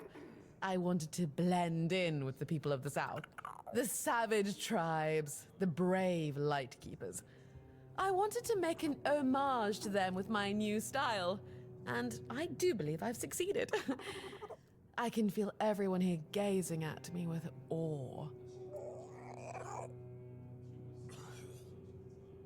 Give it a few weeks and everyone here will be trying to copy me. It happens in Camelot all the time. It's almost insufferable. Well, my Duncan is here on business, of course. A very important contract with the Lightkeepers. I decided to accompany him because I have never been to the South, and I've heard so much about its wild, untamed beauty. So far, it's turned out to be terribly dull. And the smell... it's like stale fish and sweat. Hopefully I don't have to suffer it much longer. Pray, tell me, do you know anyone here who would run a small errand for me? Oh, of course. You know, I've always found talking about money so distasteful. But needs must, I suppose. Don't worry, you'll be handsomely rewarded. Oh, nothing major. You see, I've had my eye on this beautiful abandoned estate overlooking the sea. It's not very far from here, but it's far enough away from all this rabble. If we stay here for a while, I need a place for myself. You understand that, right? No offense, but I can't keep living in a filthy room at an inn. When I asked the innkeeper to draw me a bath, he brought me a bucket. A bucket! Can you imagine? Finally, someone sympathetic to my plight. My Duncan has been heartless about it. He just keeps going on about how I was the one who wanted to come here. He told me to deal with it. Can you believe that? The nerve of the man. Fine. The problem is that the manor appears to have some occupants, not legal ones, mind you, who need to be evicted. Forcibly. if there's no other way. You'll do it for me, won't you, dear? Splendid! I can't wait to start decorating. Maybe something nautical, to go with the sound of the waves crashing on the cliffs? Or do you think that's a trifle trite?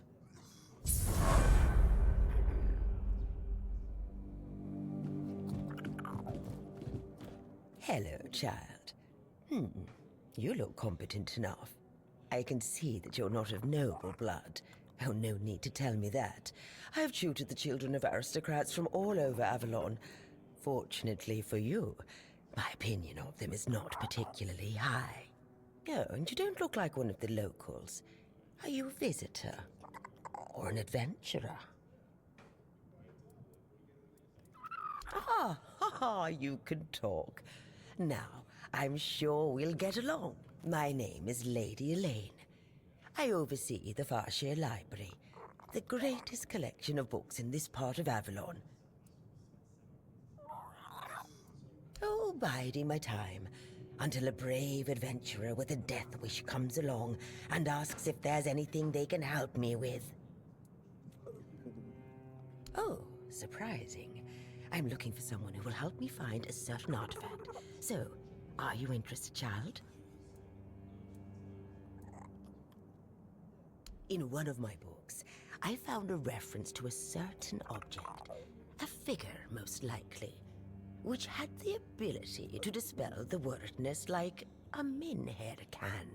Apparently, it can be found on the ship called Andraste, which sank over 100 years ago somewhere in this area. The Last Voyage of the Andraste by Elvis the Lightkeeper. He was one of the more notable keepers. In his waning years, he became an adjutant to Captain Lex. But it's best if you read it yourself. You can read, can't you? But just be very careful. This is a very rare publication. Read it very carefully, and after you're done, come to me, and I'll tell you more. A deal? And they say young people don't want to learn anything. Come on, chop, chop, chop, get to reading.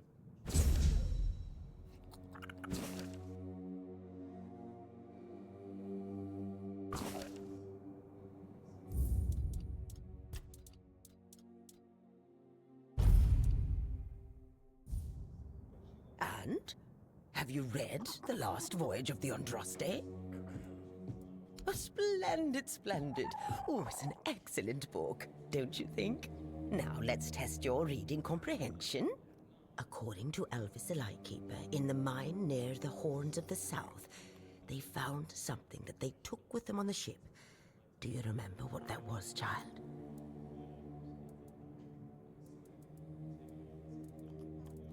That's right. This is the artifact I'm looking for. One that might be vital to repelling the wordness.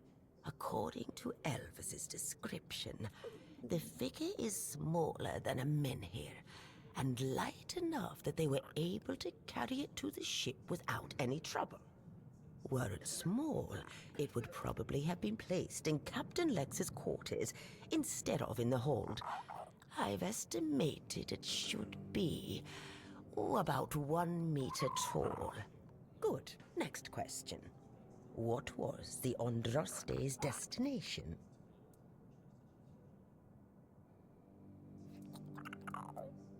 Correct. Be very careful with what I'm about to tell you. But some believe that the Red Priests are dedicated to studying the wordness instead of the Red Death. Captain Lex must have thought they'd pay him generously for a four-dweller artifact. Last question. What sank the Andraste?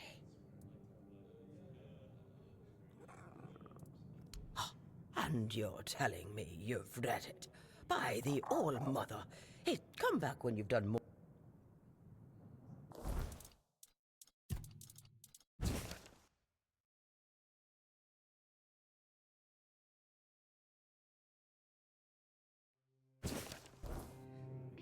Have you read? Good. Last question. Yes, you did well, child. I can see that you were paying attention. According to Elvis, the Andraste was sunk by the legendary terror from the deep. But if you want to know more, ask your keeper friends. They should be much better informed. Now, all you need to do is find the wreck of the Andraste and retrieve the mysterious figure. Oh, if only I knew. It must have happened somewhere on the way between the Horns of the South and the Island Asylum.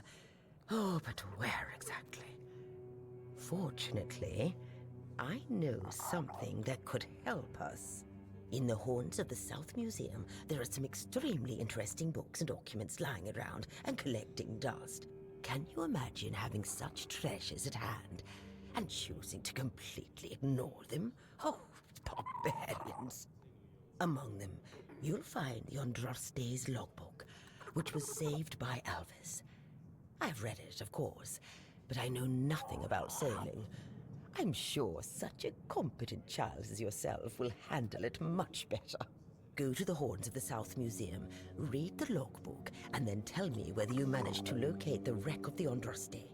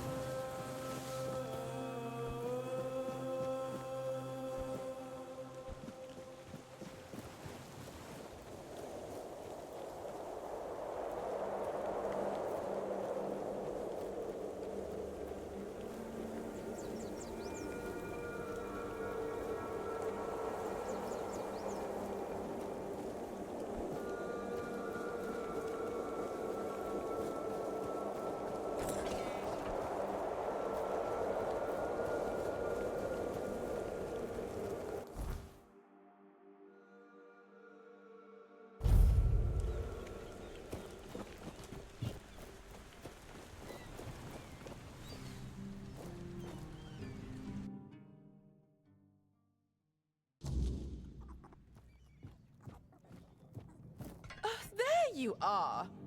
Look, darling, it's the lovely mercenary I hired to clear out that seaside estate I told you about. You did what? Well, you told me to deal with it, so I did. You didn't expect me to just sit on my hands while surrounded by unwashed fishermen, did you? Look, I'm sorry about my wife. Whatever she told you to do, forget about it. I'll pay you for your trouble. Trust me, I can imagine. Unfortunately, she often gets lost in her enthusiasm. We weren't, at least I wasn't planning on staying here any longer than necessary. We have no need for an estate. Well, that's your opinion. One I simply do not share.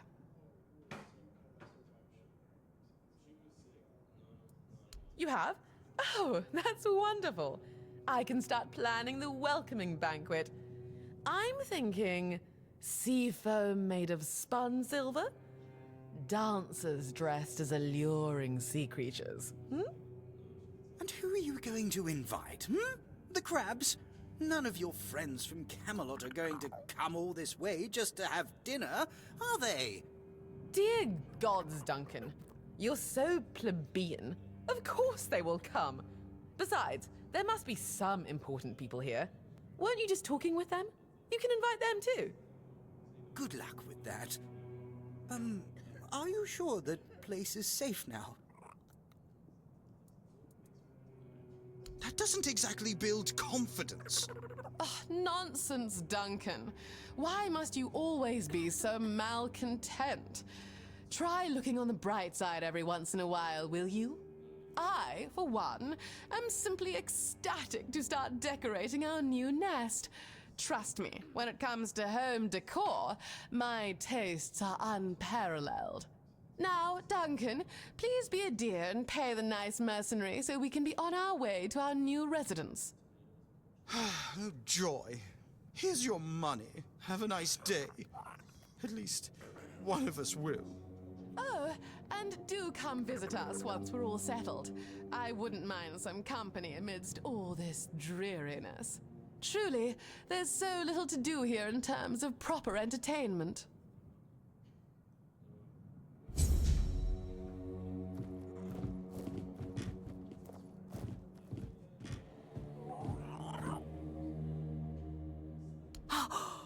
Unbelievable. The book clearly described a figure like a Minhead. Oh, no. I never thought it could be actual Fordweller. Probably one of the lost. Elvis never described him as a living, intelligent creature. More like, a piece of furniture. So many years after the war and the keepers treated him so callously. And there was so much we could have learned from him. Well, that doesn't change the fact that I was terribly wrong. I'd convinced myself that I would find what I was looking for on the Andraste. Oh, what a silly old goose I've turned out to be. Here, take these coins as a token of my gratitude. Although the knowledge you found is invaluable, you are a bright child. Who knows? Maybe you'll find a way to beat the wordness.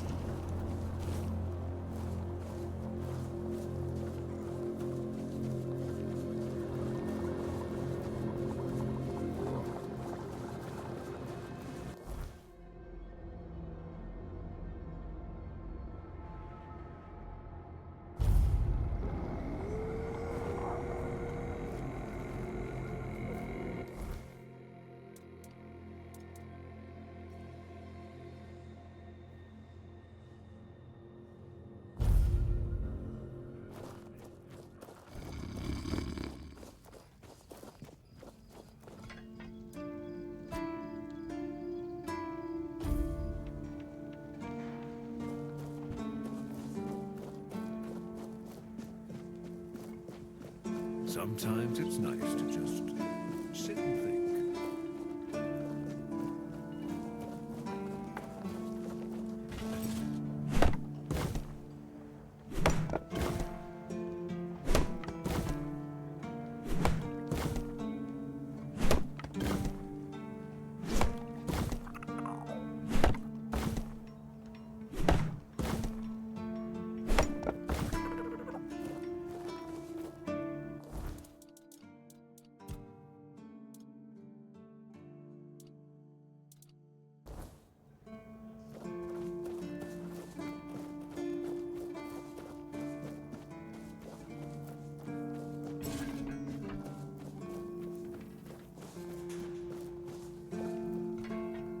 It's you. Mahone is getting better. I don't know what you've done, but your results are remarkable, at least for us. Unfortunately, Cole isn't improving, but I'll allow the refugees to stay. His fate is in their hands.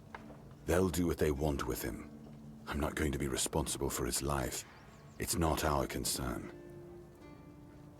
No. I only care that the situation is resolved. One less thing to worry about. Just as I thought. If you have friends among the knights, you'll want to talk to the captain. But that's not happening anytime soon. Because I said so. What? Did you really expect that you could just enter our keep and head straight for the captain's quarters? There wouldn't be much point in having walls and guards here if anyone could just do that, would there?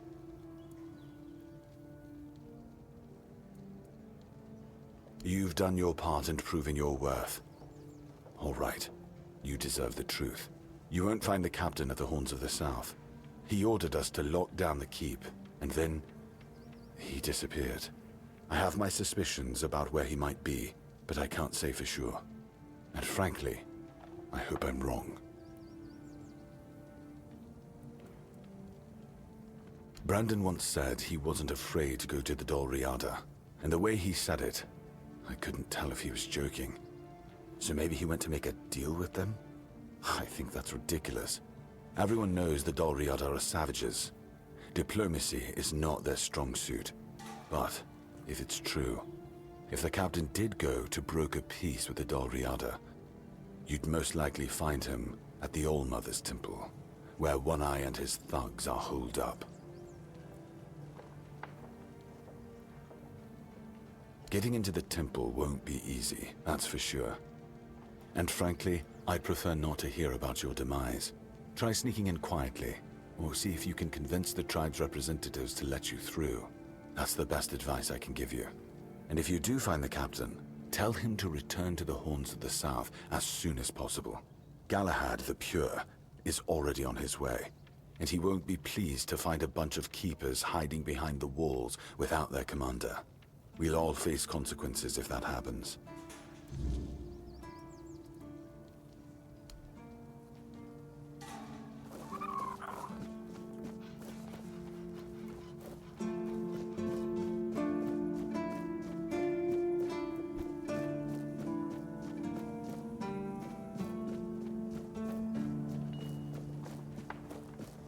Sometimes it's nice to just sit and think.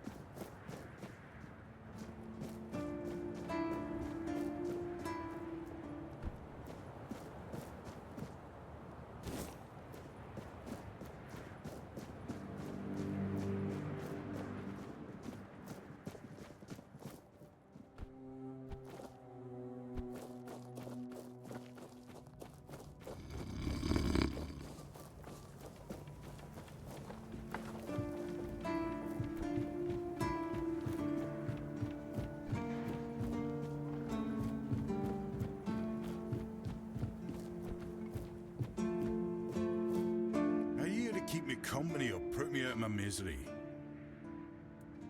Just kidding. Love the view, but this weather is killing me. You don't say. I didn't choose to be here.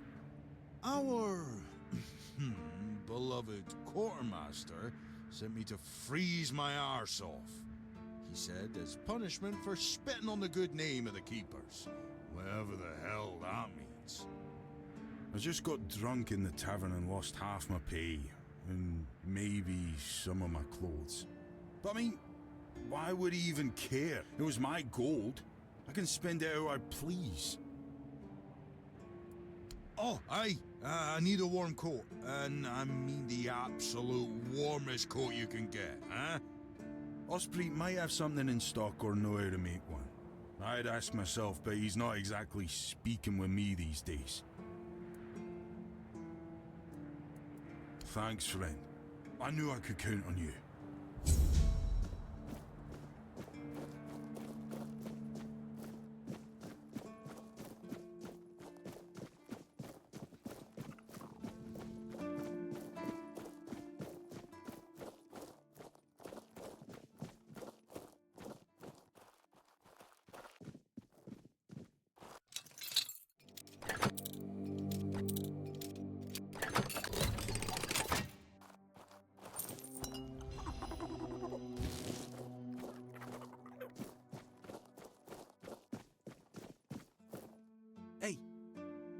Hey, tell me, can you read?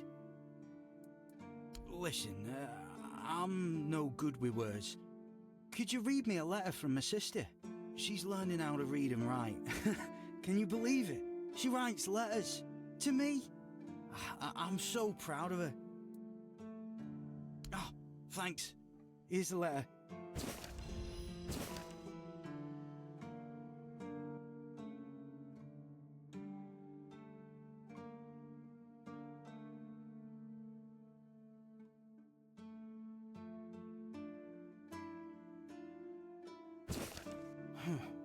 And what did it say? Everyone's healthy? No, you must have misunderstood something. What do I do now? I don't know. I don't know what to do. I should go back to him, right?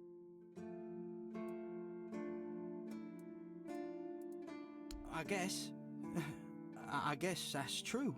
Yes. Excuse me. I need to be alone.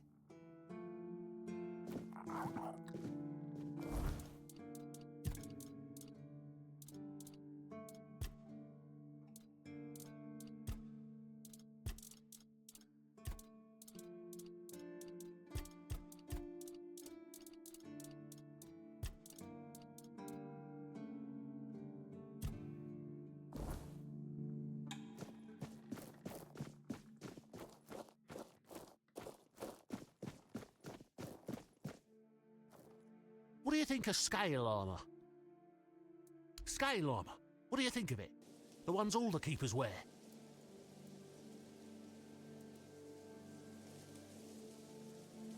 Sure, maybe it's easy to make and doesn't restrict movement, but it doesn't provide the best protection.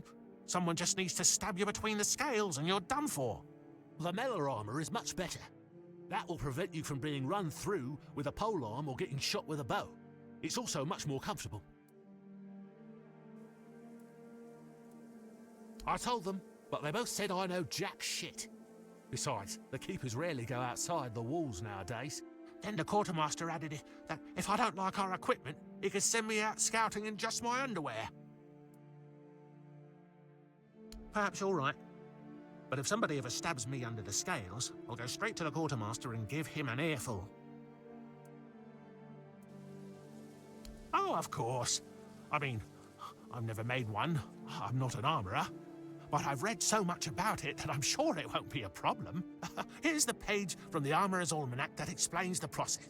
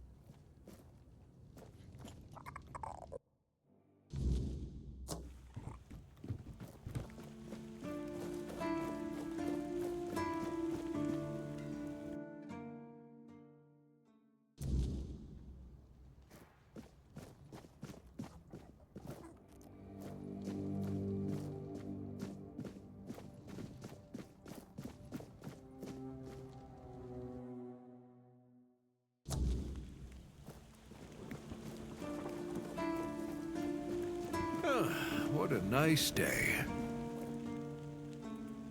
Huh. It's for Dan, isn't it?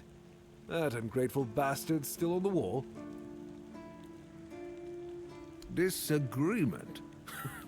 Sure, you could call it that, and I guess I might have overreacted a bit. But since Dan is on the wall and I'm here, I couldn't tell him that I get it. The prank and all. And I forgave him a long time ago. Now that I think about it, it was a hell of a prank.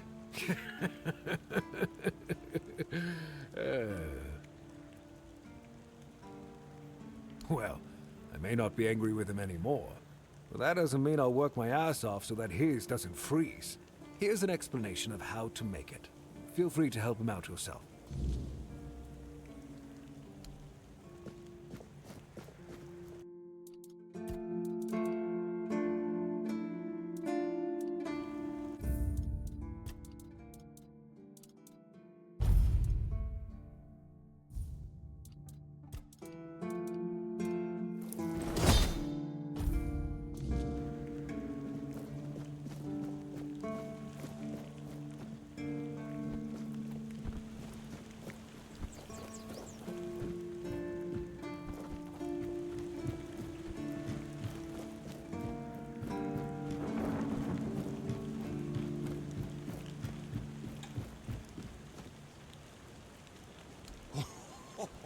Thank you, friend.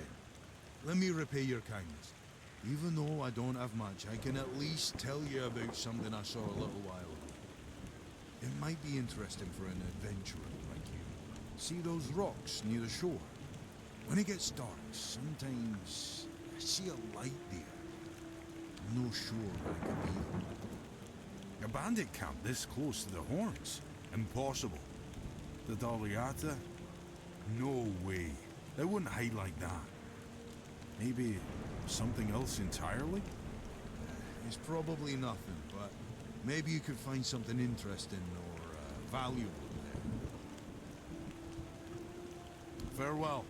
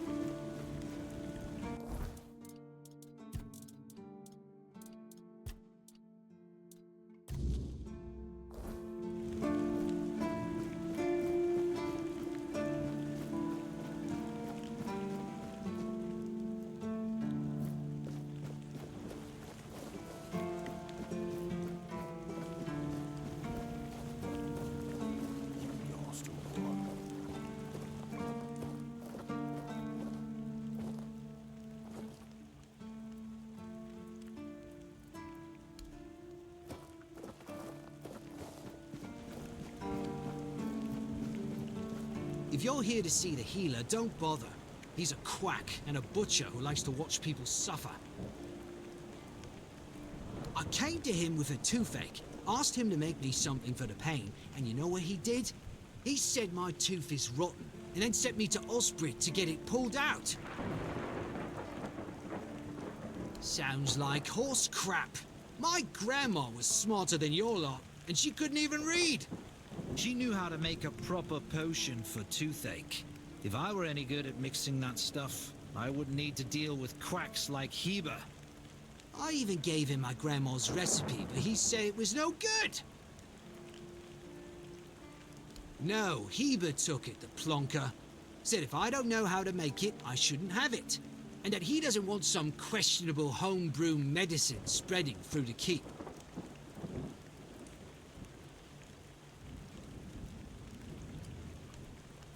You will?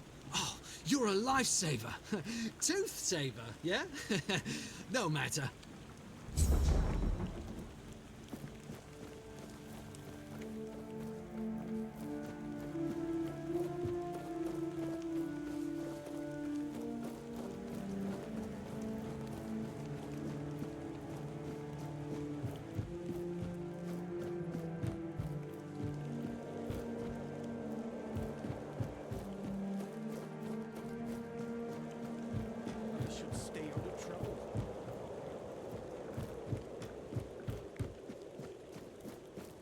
Bloody seagulls!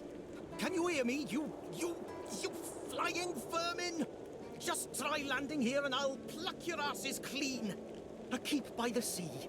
What a great idea that was. And what do you want? I'm fixated. Me!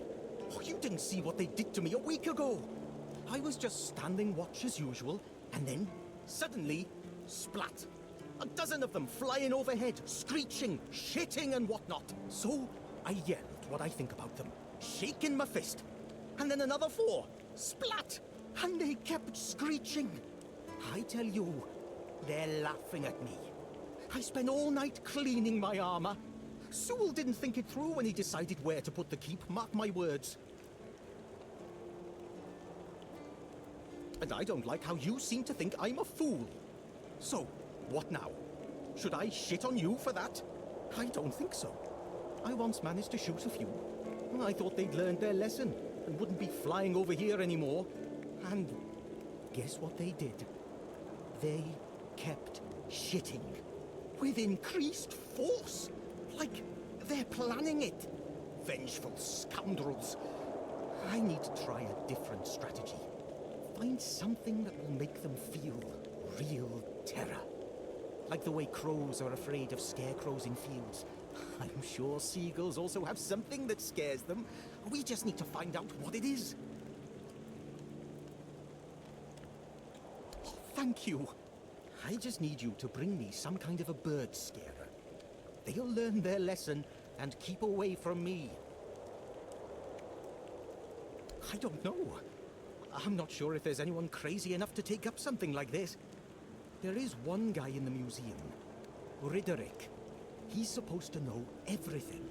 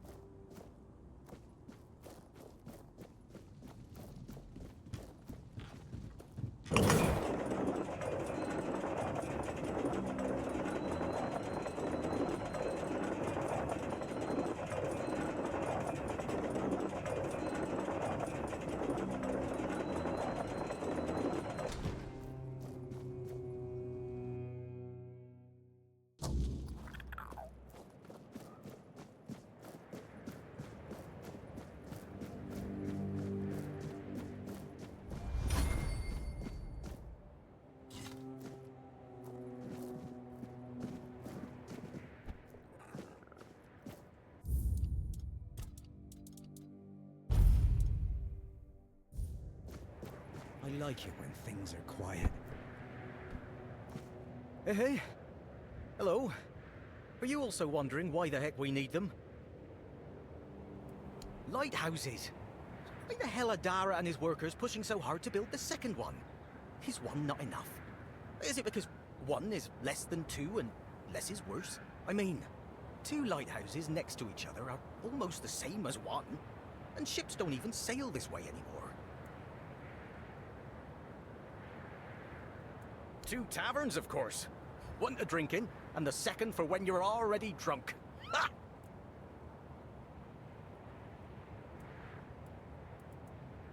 I wonder if, once they finish this one, they'll start building a third.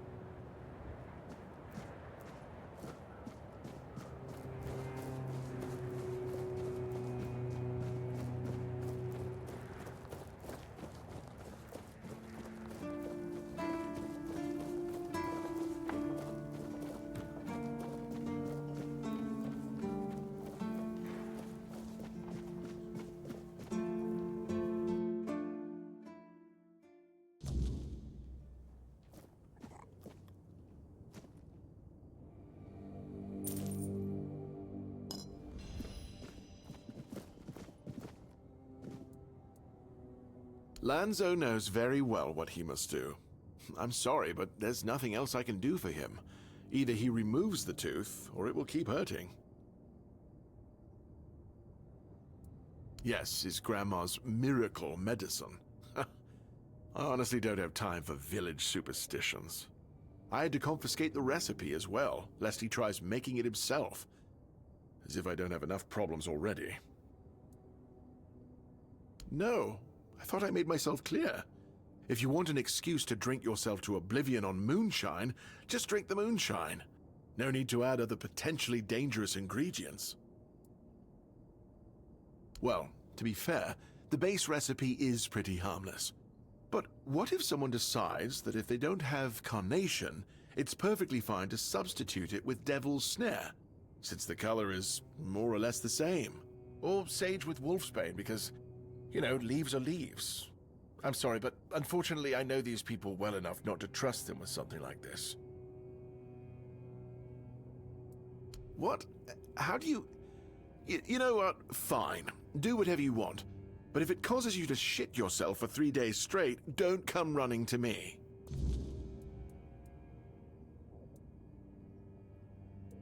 I don't dream about anything anymore. So sleep feels like a waste of precious time. Fortunately, back in Camelot, I found a mix of remedies that can keep me awake for a whole week. It was quite popular in our study group. Oh no, every physician needs his secrets. But I can sell you some if you promise not to tell any of the higher-ups.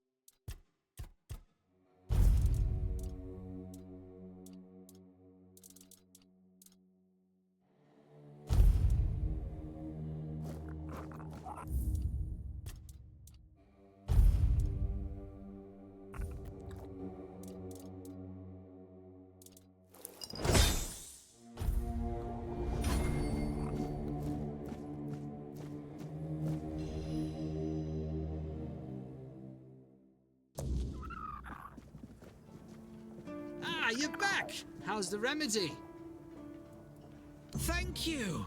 Ah, I'll finally be able to eat something. Here, take this as my thanks for your help.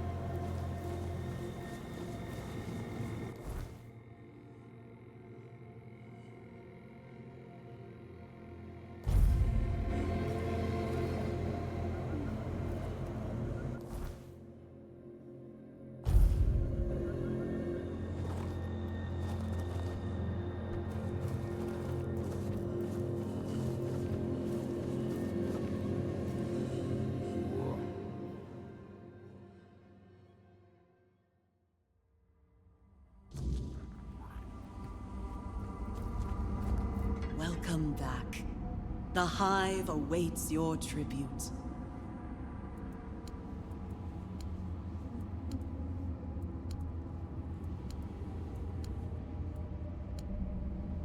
Leave, but know that my will follows you always.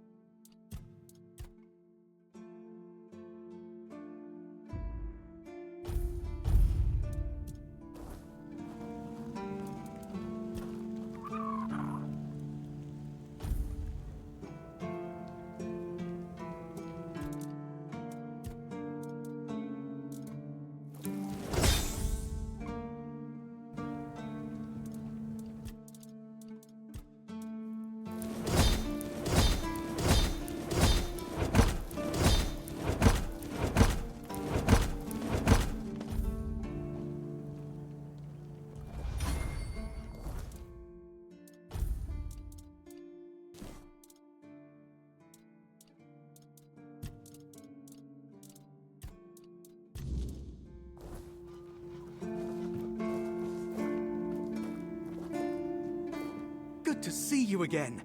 The pledge today was very interesting, wasn't it? The certainty in Quartermaster Aymer's voice. Beautiful. Makes one eager to start work.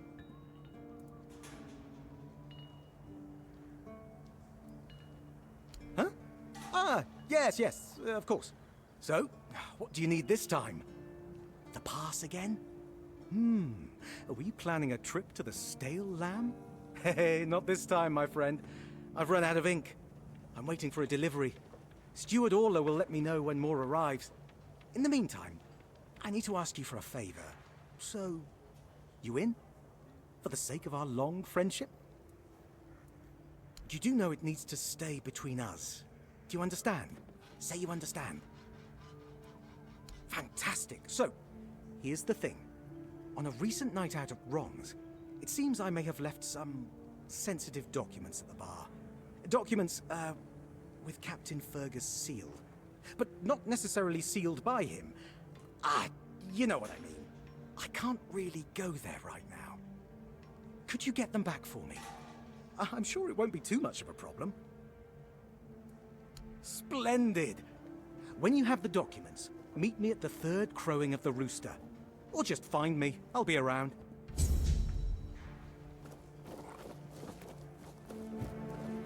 Please. You're my... Go.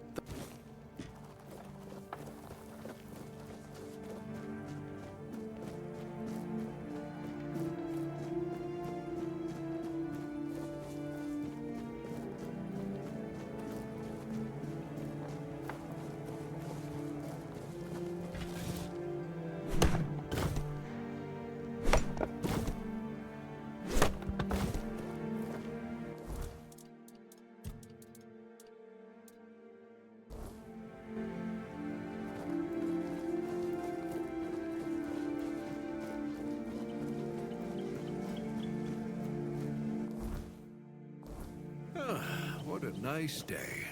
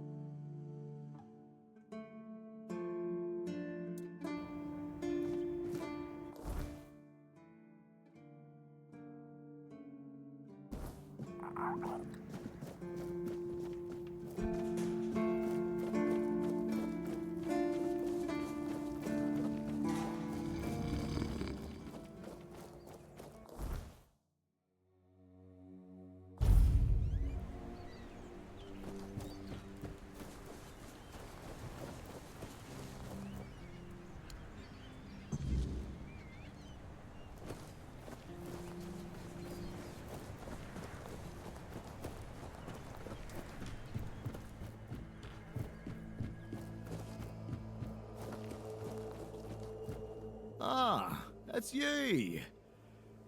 Do you... need something? I know. The gate's standing proud again. And that monument.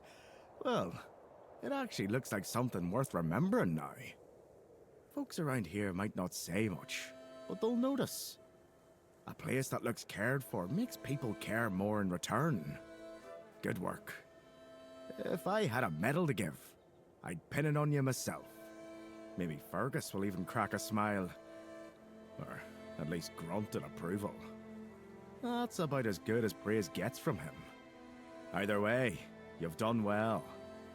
If something else comes up, I'll let you know.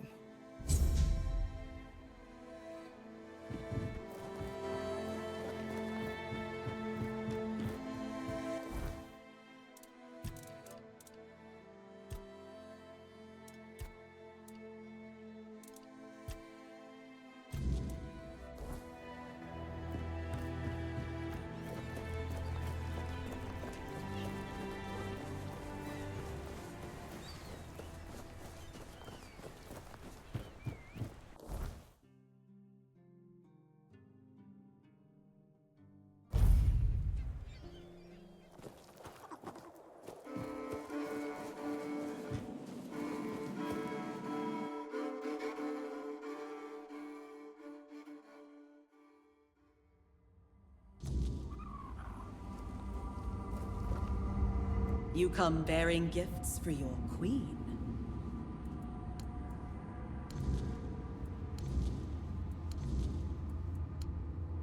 You have your task.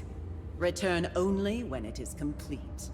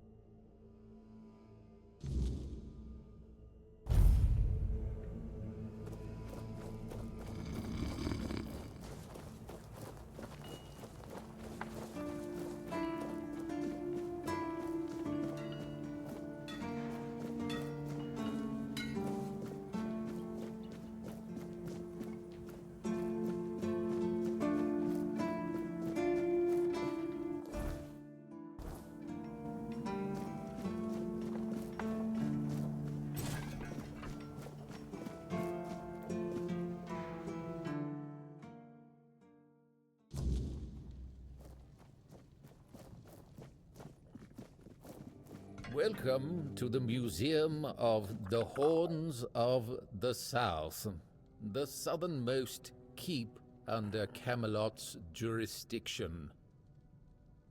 My name is Ridderick, and I will be happy to introduce you to the rich history of this fascinating place.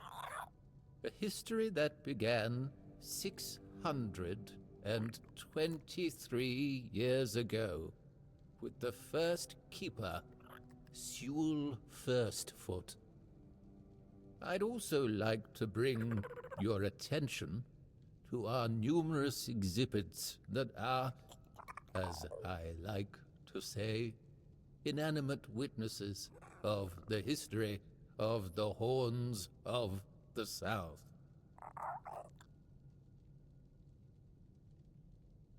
I have to admit that local fauna is not one of my main areas of interest, but I do know the answer to this question, as it is rooted in the history of the Horns of the South.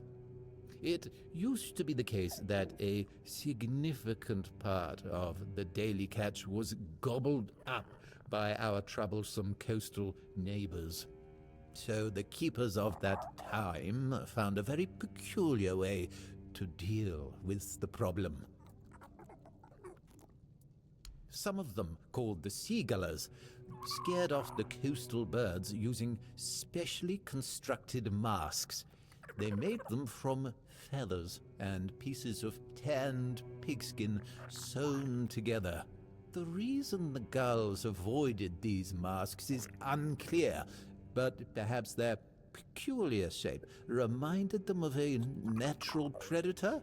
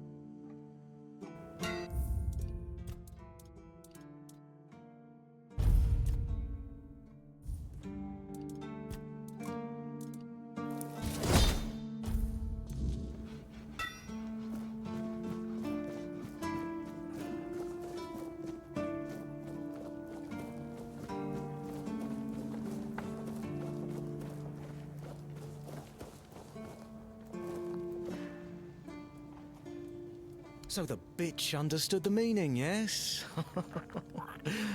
I'm glad. They should all be scared shitless. Even more so after Cole got what he deserved. Congratulations on your powers of observation. Those vagrants should know that since they live on our dime, they also live by our mercy. I can do anything to them, and they can't do shit. My plan was perfect. It's necessary. And I don't have to explain myself to you. You're from nowhere, so you're nobody. Become a keeper, and you'll have the right to punch me in the face. But, as it is, you'd only get thrown in jail for starting a fight with a keeper. The refugees are a tumour on the healthy body of the Horns of the South. Remember this, and make wise decisions.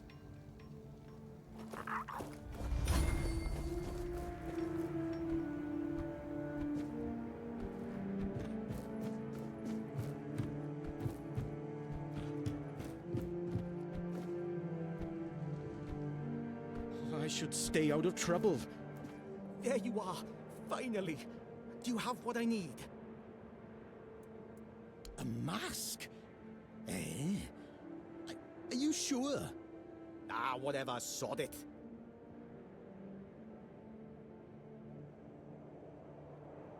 Now they'll get what's coming to them, damn rascals. You can go now. You're right. Here, take this. But don't think, even for a moment, that the struggle is over. We need more, much more, to finally rid ourselves of those blasted birds once and for all. Are you ready for the next step in our fight against the flying, shitting enemy? That's the spirit! In a war like this, every ally counts. Look, I've got the perfect seagull trap design right here. You just need to make a few and set them up in some strategic spots, like this one. And those flying pests will surely get caught. We need to work smart. Go on then, and fight against the flying vermin.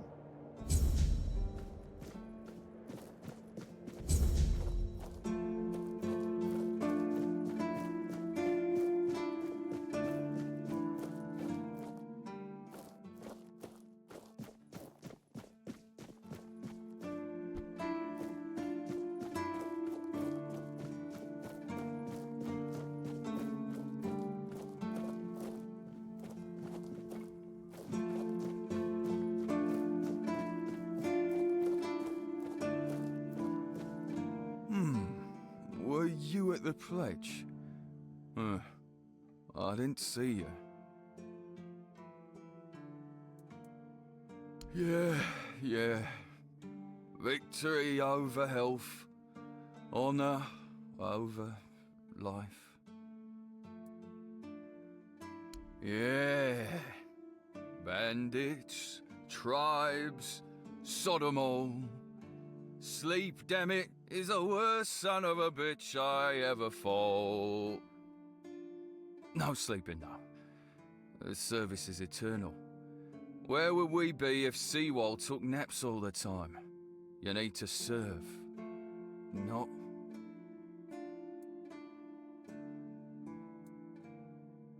I shut my eyes for about 15 minutes every day.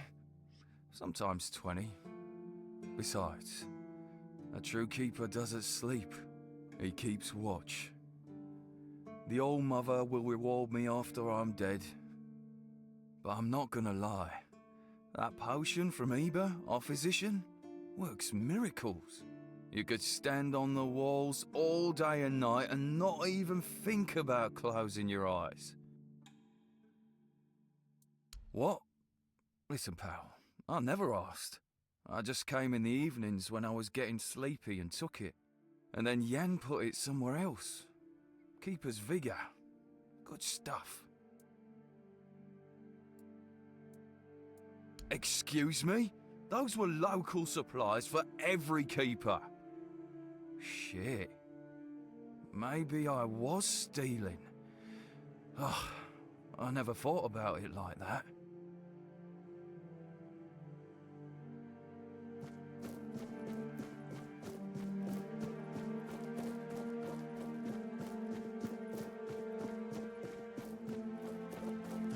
attention, the better.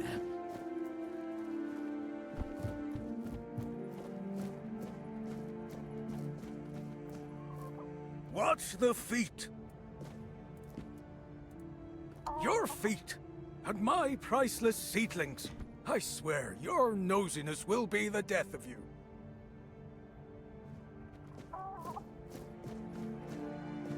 Just keep your head down.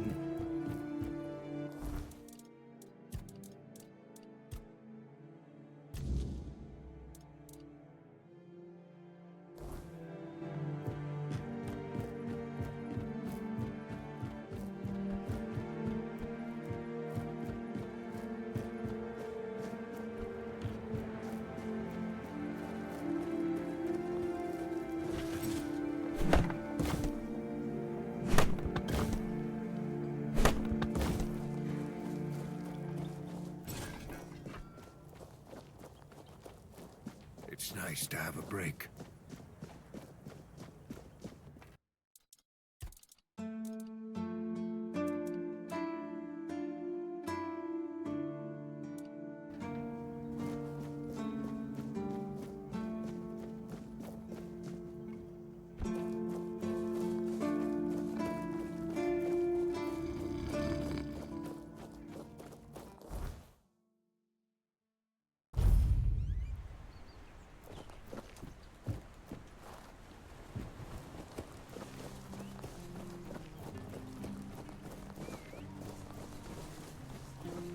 Buying anything?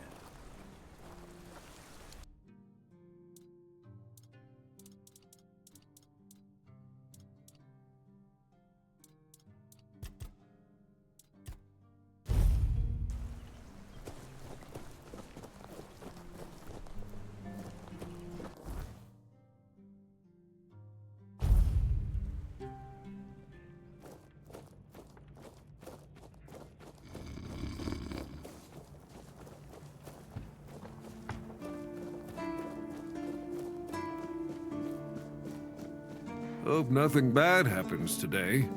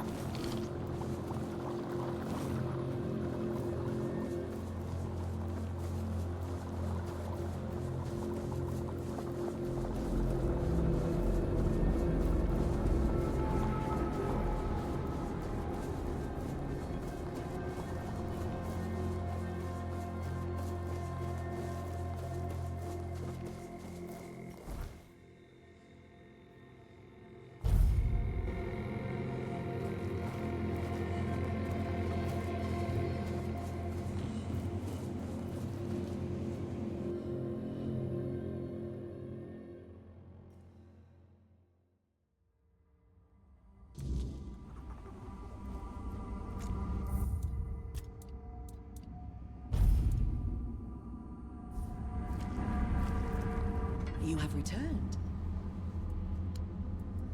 Ah, at last. The threads are woven. The veil between worlds thinned. My hive shall no longer be bound in shadow and waiting. With these gifts you've gathered, the hive shall grow strong.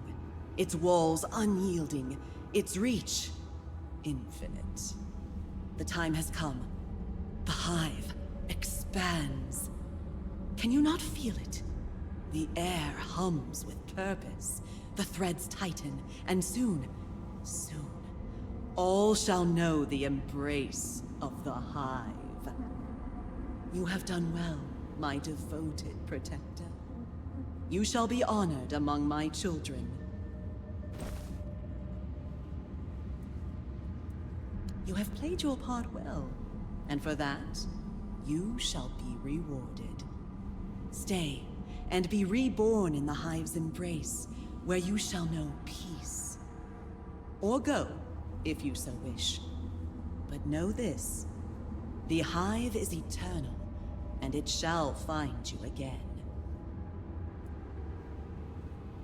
You say this as if it is conquest.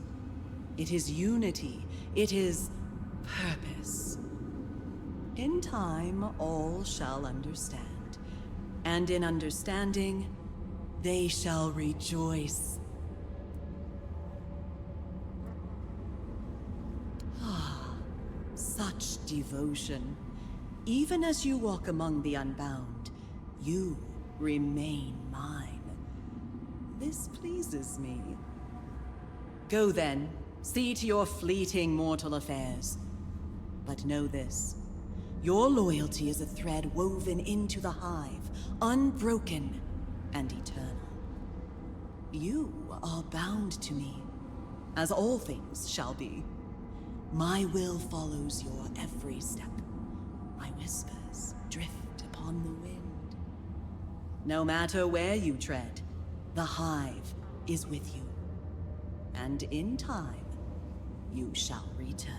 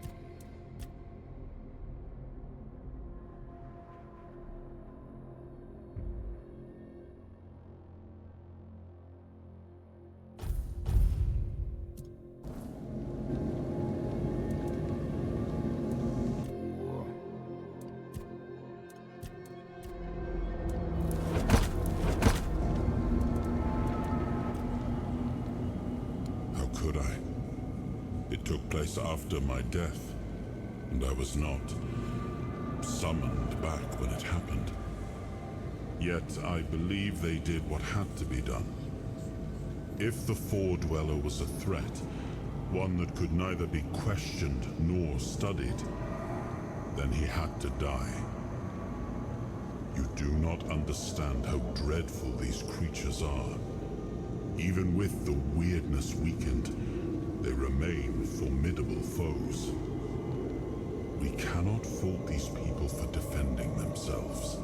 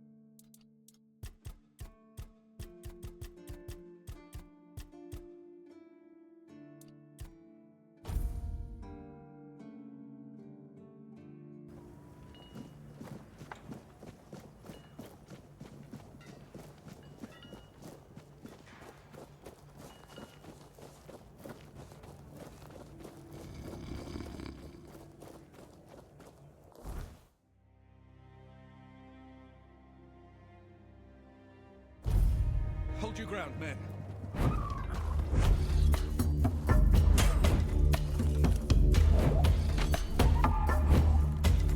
Tis just a flesh!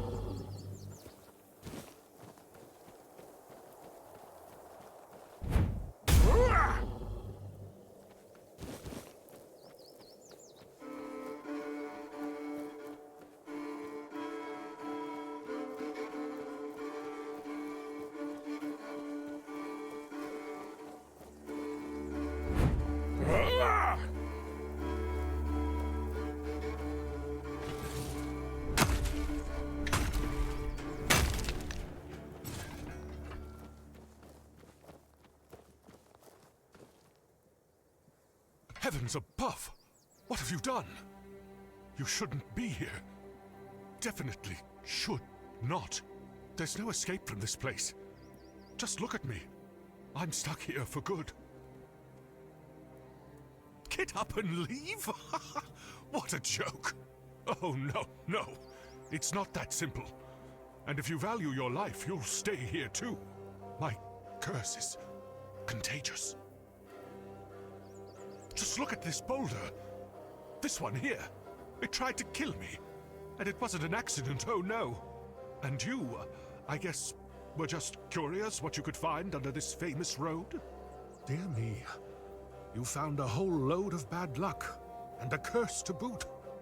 But, well, if we're to die together, I guess I should introduce myself. I'm Barak, a knight.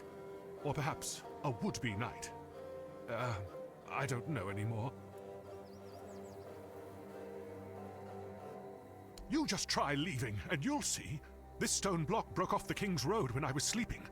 If it had fallen a few inches closer, I'd have ended up a bloody stain. There is no such thing as a coincidence. The gods aren't lazy. And the one who cursed me gets along with the gods pretty well. Be careful. And don't worry about me. I'm sure nothing will happen as long as I stay under the bridge and don't go anywhere.